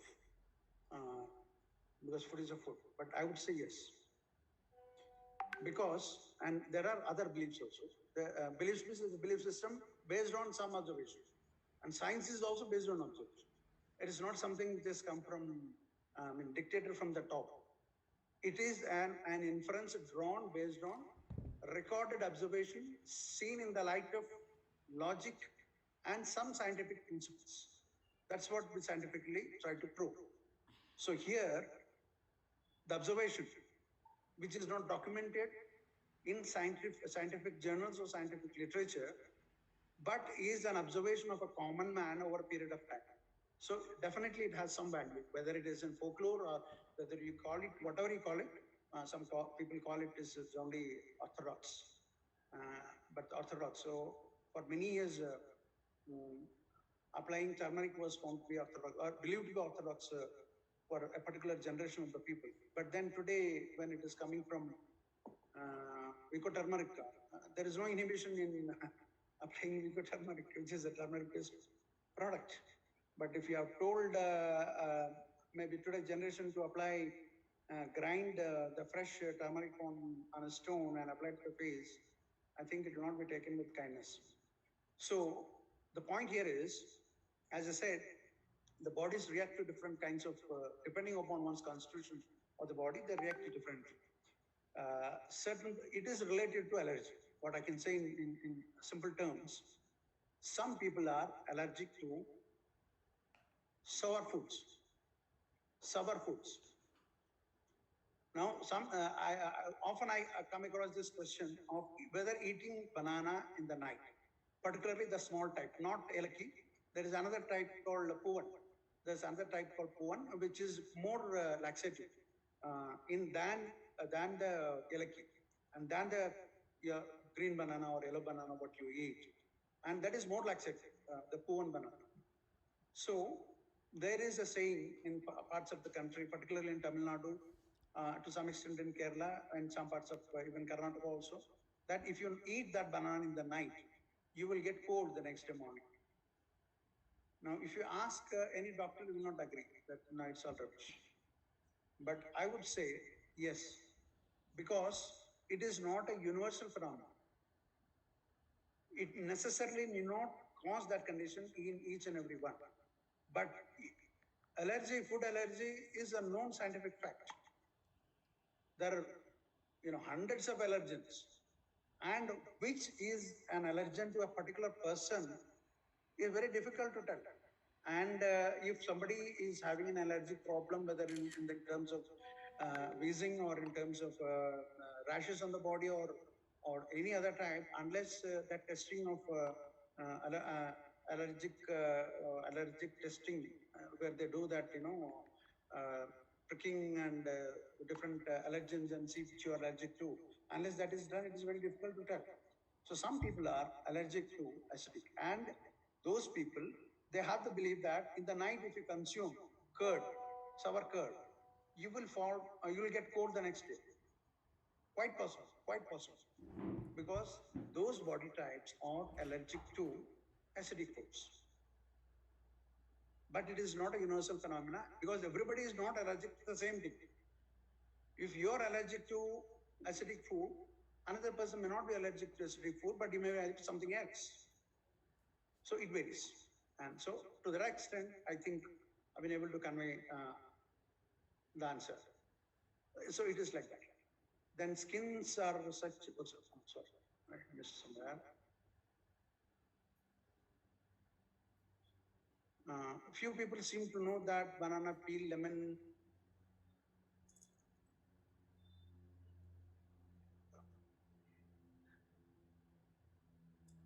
Sir, can I read it out for you? Yeah, can you please read it? Yes. Yeah. Some people seem to know that banana peel and lemon skin are as much, if not more valuable as inside pulp juice in terms of their contribution to good health. Is just one example of lack of awareness I mentioned in earlier, even though most is correct. See, this again been proved that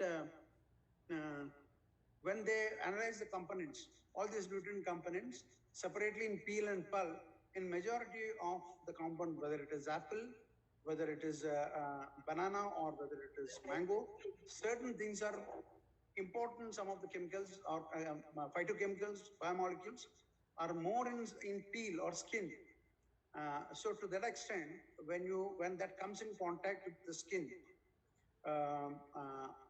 definitely there is a more larger availability of that particular compound to the body than eating the pulp. Yes, the difference is there. Date is good for diabetic patient.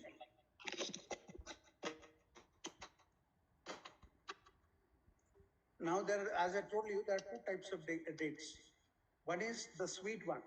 There is a sweet one which undergoes a process of curing. That is a different type where there is more of sugars.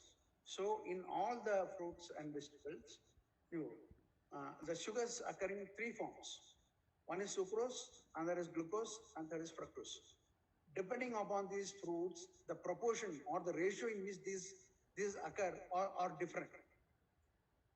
If a particular food is having more sweetness or sugar in the form of glucose and sucrose, definitely it is not good for diabetic patient. Definitely it is not good. It should be in moderation if they have any temptation. But those which are more in fructose, it is said that fructose is less harmful than glucose for diabetics. That is what I understand. So if you are eating the dry dates, which is not sweet, it is having more of fibers than the sugars and other structural carbohydrates, which includes hemicelluloses, celluloses, semicelluloses, which are not digestible fibers or not digestible carbohydrates. They're all indigestible carbohydrates, so they will get eliminated from the body as such, partly undigested, or part of them may be digested large intestine, which will not get converted into glucose or sugars, but directly into fatty acids, and it will be absorbed by the body from large intestine in the form of fatty acids. Same is the case with non-amylase amylase resistant starches also. Pineapple good in case of uric acid patients. This, in fact, I don't know, have no idea whether for uric acid patients it is good or not. But what I can say is the benefit of it is it is anti-inflammatory effect and proteolytic effect. That is what I can say. I don't have much information whether it is good for people having high uric acid in their urine. How much time is it may take more? Okay, I have finished. Sorry, my email. Okay. Sir, one very important question, because this question is very, when we all will be having. Does the nutritional value change when we process fruits and vegetables? Example like dry tomato powder, dry banana powder and all. So when we compare the fresh ones and the processed ones, no? So definitely there is a lot of variation. Now there are two things. There are two things when you consume it in concentrated form and in fresh form. In fresh form, any vegetable will have minimum 88 to 90% of moisture. We can take it for most of the fruit vegetables, 90% moisture, and 10% is only the solids. So the solids are only 10%. So the net quantity of the nutrients that you are going to get from that 10%, 100 grams of fresh tomatoes, if you eat, 90 ml is water, 90 grams is water, and only 10 grams is the solids. And suppose whatever is available in 10 gram solids, only that you are going to get. Now, when you process it into a powder, the moisture percentage is brought down to somewhere around 5 to 8%. Definitely below 10%, or below 8%. So when it's brought down to 8%, the nutrients per gram or per unit weight of the nutrients are increased 8 to 10 folds. So definitely in dry forms, the nutrients are much more. 8 to 10 times is the concentration. If not 8 to 10 times in its value, definitely 5 to 6 times. Because during this process of converting into a powder, it undergoes a thermal processing, and any thermal processing will have a certain damaging effect on phytonutrients. And in phytonutrients, again, when you see the tolerance level of different nutrients to thermal processing, there are certain nutrients which are highly thermolabile. For example, vitamin C. Yes. Vitamin C is thermolabile, so this is the one first to go out when you process. So it cannot withstand high temperatures for a long time. So that will be the first one to go out. So if you compare the fresh tomatoes, it may have a certain amount of, even the 10%, certain amount of X amount of vitamin C.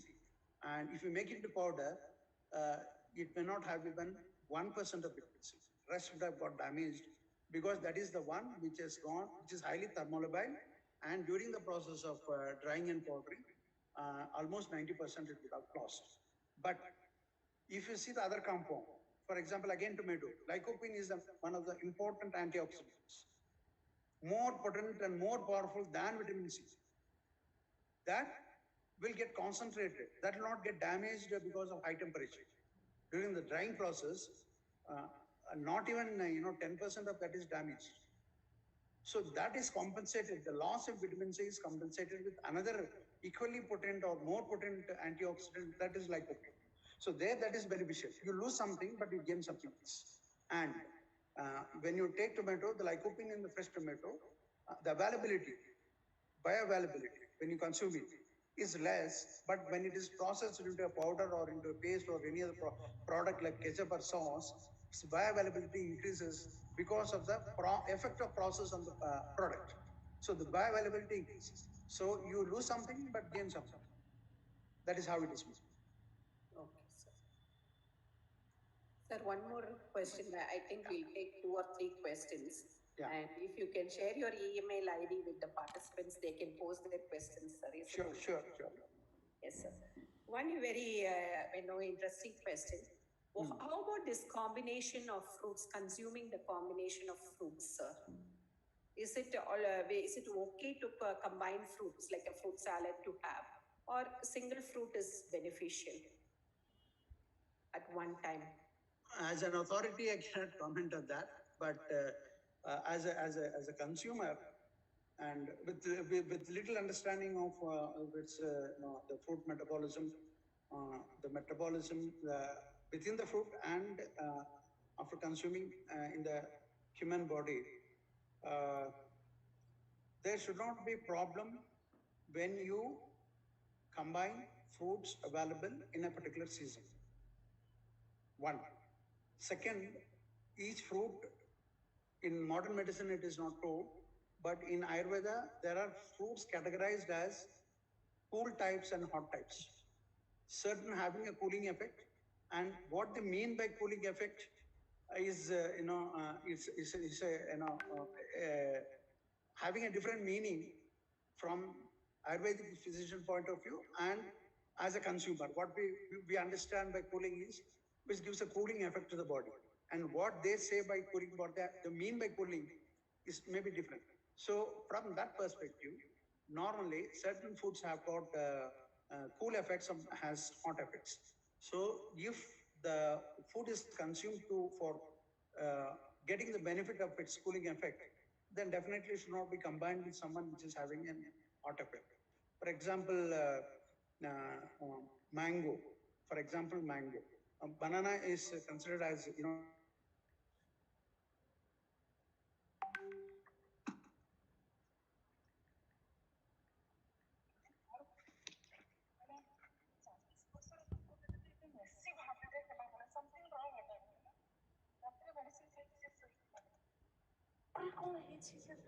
सकाळी उठीन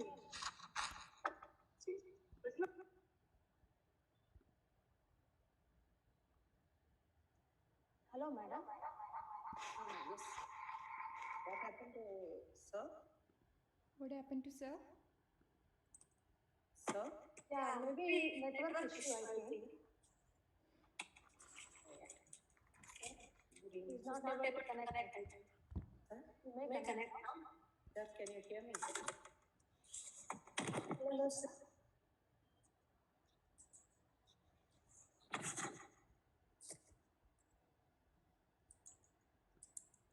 Sir has gone out of the meeting, sir, ma'am. Yes, just called me. I'm just taking his call. Wait,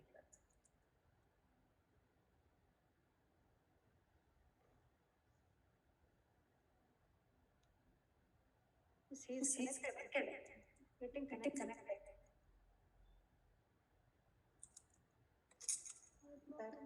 Sir?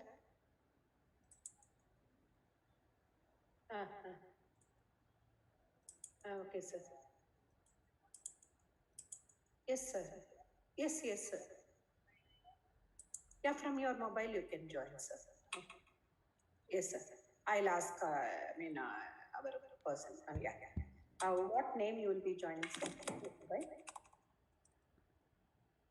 Lakshmi? Yes, ma'am. Hello. Lakshmi? Yes, ma'am. Tell me. Sir, he is joining through his mobile, Lakshmi. Okay, ma'am. You give access. Yeah, did he join? I'll just, he said he's joining. Ma'am, can I know the number? Yeah, 1 second. I'll send you, Lakshmi. Yes, ma'am. Yeah.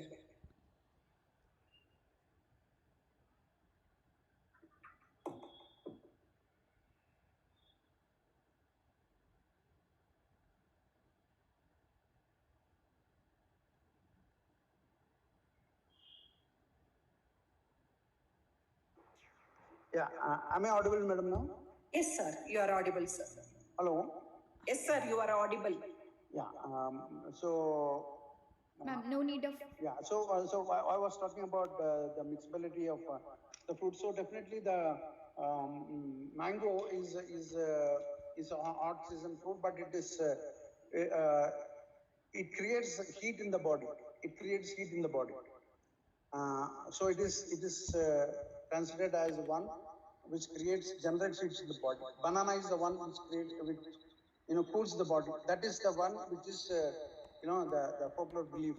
And if you see from this point of view,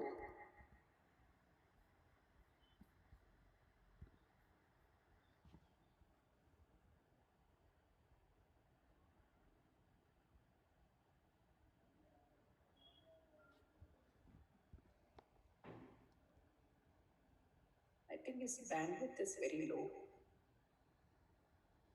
Lakshmi? Ma'am, yes. Now, yes, now ma'am. he is available. Am I audible?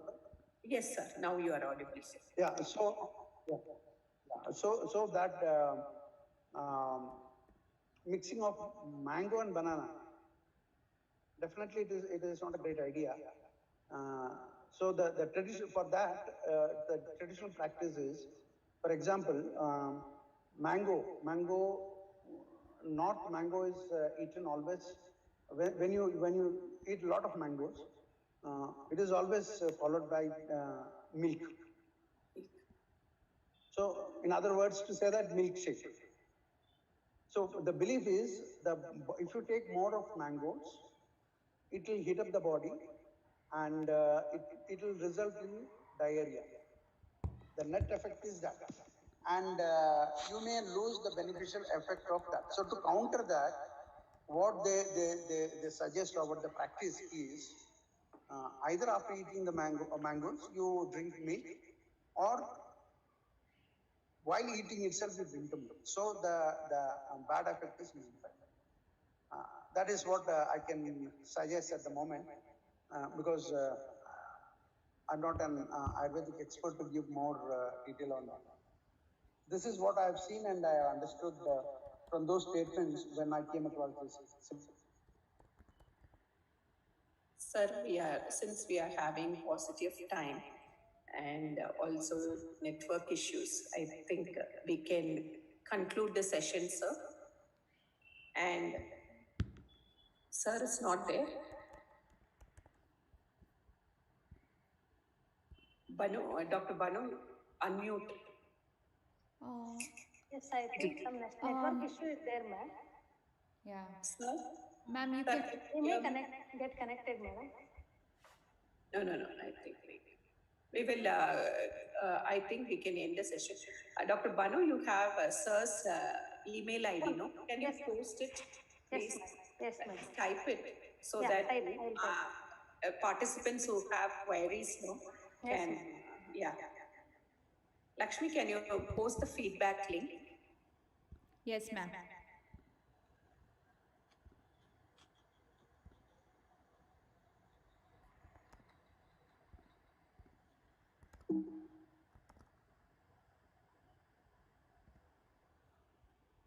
Yeah, I have posted.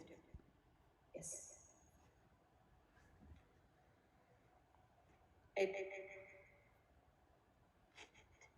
Participants, it was a very, very informative session, but unfortunately, we were not able to, because of network issues from the speaker's end. So we will wait for 2 minutes. Madam, 1 minute, I'll give my email ID. Yeah, so that they can connect us.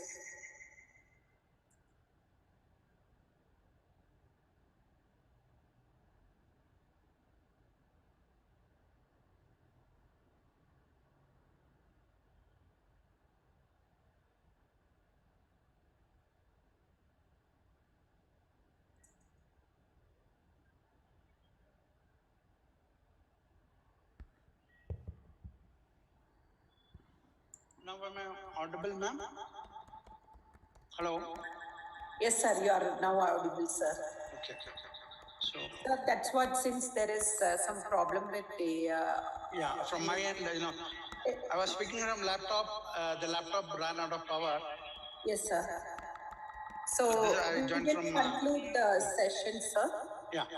Yeah, and we are giving your email ID to the participants. So if there is with your permission, if there is, Sure, ma'am. You can give. Yes, yes, And, yes. Dr. Banu, you are under unmute your Dr. Banu.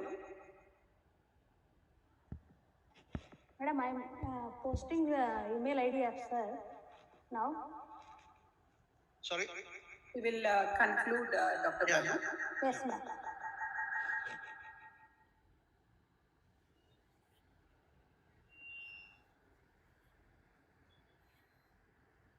There are a few more questions, but I think I can take offline. Yes, sir. Sir, and you can have all solutions for your queries with sir. Madam, I am audible, no, ma'am? Yes, yes. Okay. Sir, thank you very much.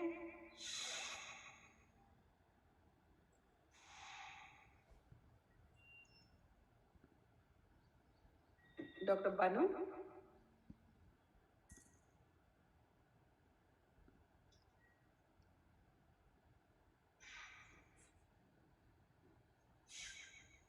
And always fruits and vegetables are part and parcel of our daily diet, and they are considered as protective foods. So thank you very much for giving all the information on behalf of Nutrition Society of India, local chapter Bengaluru, and on my own behalf. I thank you very much for Thank you. giving this important informative session for the webinar, sir. Thank you. Sundaravali, madam. Yeah, I'm also in a dark room. There is no power here where I'm sitting. Okay. Thank you very much, Dr.C.K.Narayana, sir. So it was a very, very informative session. I think, loads of information was there on the therapeutical value and also the nutritive value of fruits and vegetables. The selected fruits, what especially the banana, I think it's first of its kind of information, more information we have got from you, sir. And definitely your books, both the books should be very, potential books which if we read, we will get more of the knowledge. So, kindly excuse us because we were, to close this session. Sure. Because of paucity of time. So I request you to take any mails which the participants post for you, sir. Thank you very much. Madam, I just want to add one point here. Every year, this Indian Institute of Horticulture Research, they are organizing farm fair. Yeah. National Horticulture Fair. Yeah, it's in Bangalore only, in Hesarghatta. So the participants interested, they can go to the farm fair and they can visit the division of post-harvest technology and meet sir to get more information. Sure, I think it will be in the month of February, and we started our preparation right now in the month of September. So it will be in February first week. Please share the dates with us, sir, so that you can share with the participants also and others who are interested. In fact, today I restricted my talk only to this technical aspects of food and nutrition. But because all students are today's students are tomorrow's entrepreneurs, we have totally a session, lot of things for enterprising youth to venture into fruit and vegetable or horticulture based enterprises for self-employment, giving employment for others. It's a whole lot of employment opportunities, entrepreneurial opportunities, business opportunities. Because this will be out of context to speak here. That's why I totally avoided that. Maybe at some other time, if it's going to benefit the student, definitely it's going to benefit students. And we conduct online trainings, offline trainings on specific aspects of this, and students can benefit from it. That is, entrepreneurship is in fruit and vegetable is an upcoming one, sir. Yeah. And a lot of people at home, homepreneurs are also there who are taking up this. Thank you very much, sir. Definitely we will keep in touch with you to benefit our students. Sure. Thank you, Dr. Banu, thank you, sir. Thank you, Dr. Banu, for helping us. And she is one of our members who, from the beginning, she said we will call Dr.C.K.Narayana, sir. Definitely, the members will benefit out of it, and the student community also will benefit out of it. Thank you, Dr. Banu, and all the executive members of NSI Bangalore chapter for their cooperation and support. And I thank all the participants as the NSI members, students, faculty, and other members. Dietitians are also here. So dietitians and other members who have participated in today's program. Thank you, one and all. Ma'am, can we have a photo? Yes, please, sir. Can you switch on the... Those who are here, please switch on your video. We will have a photograph of our documentation.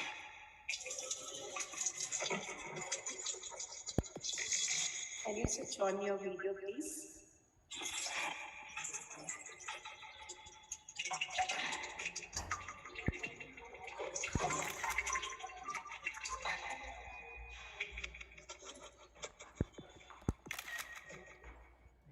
Yes, ma'am. I also thank our technical support, as always, our treasurer, Ms. Lakshmi Jitendran, who is the backbone of arranging for this technical session. Thank you, Lakshmi. Thank you, ma'am. Thank you. Thank you.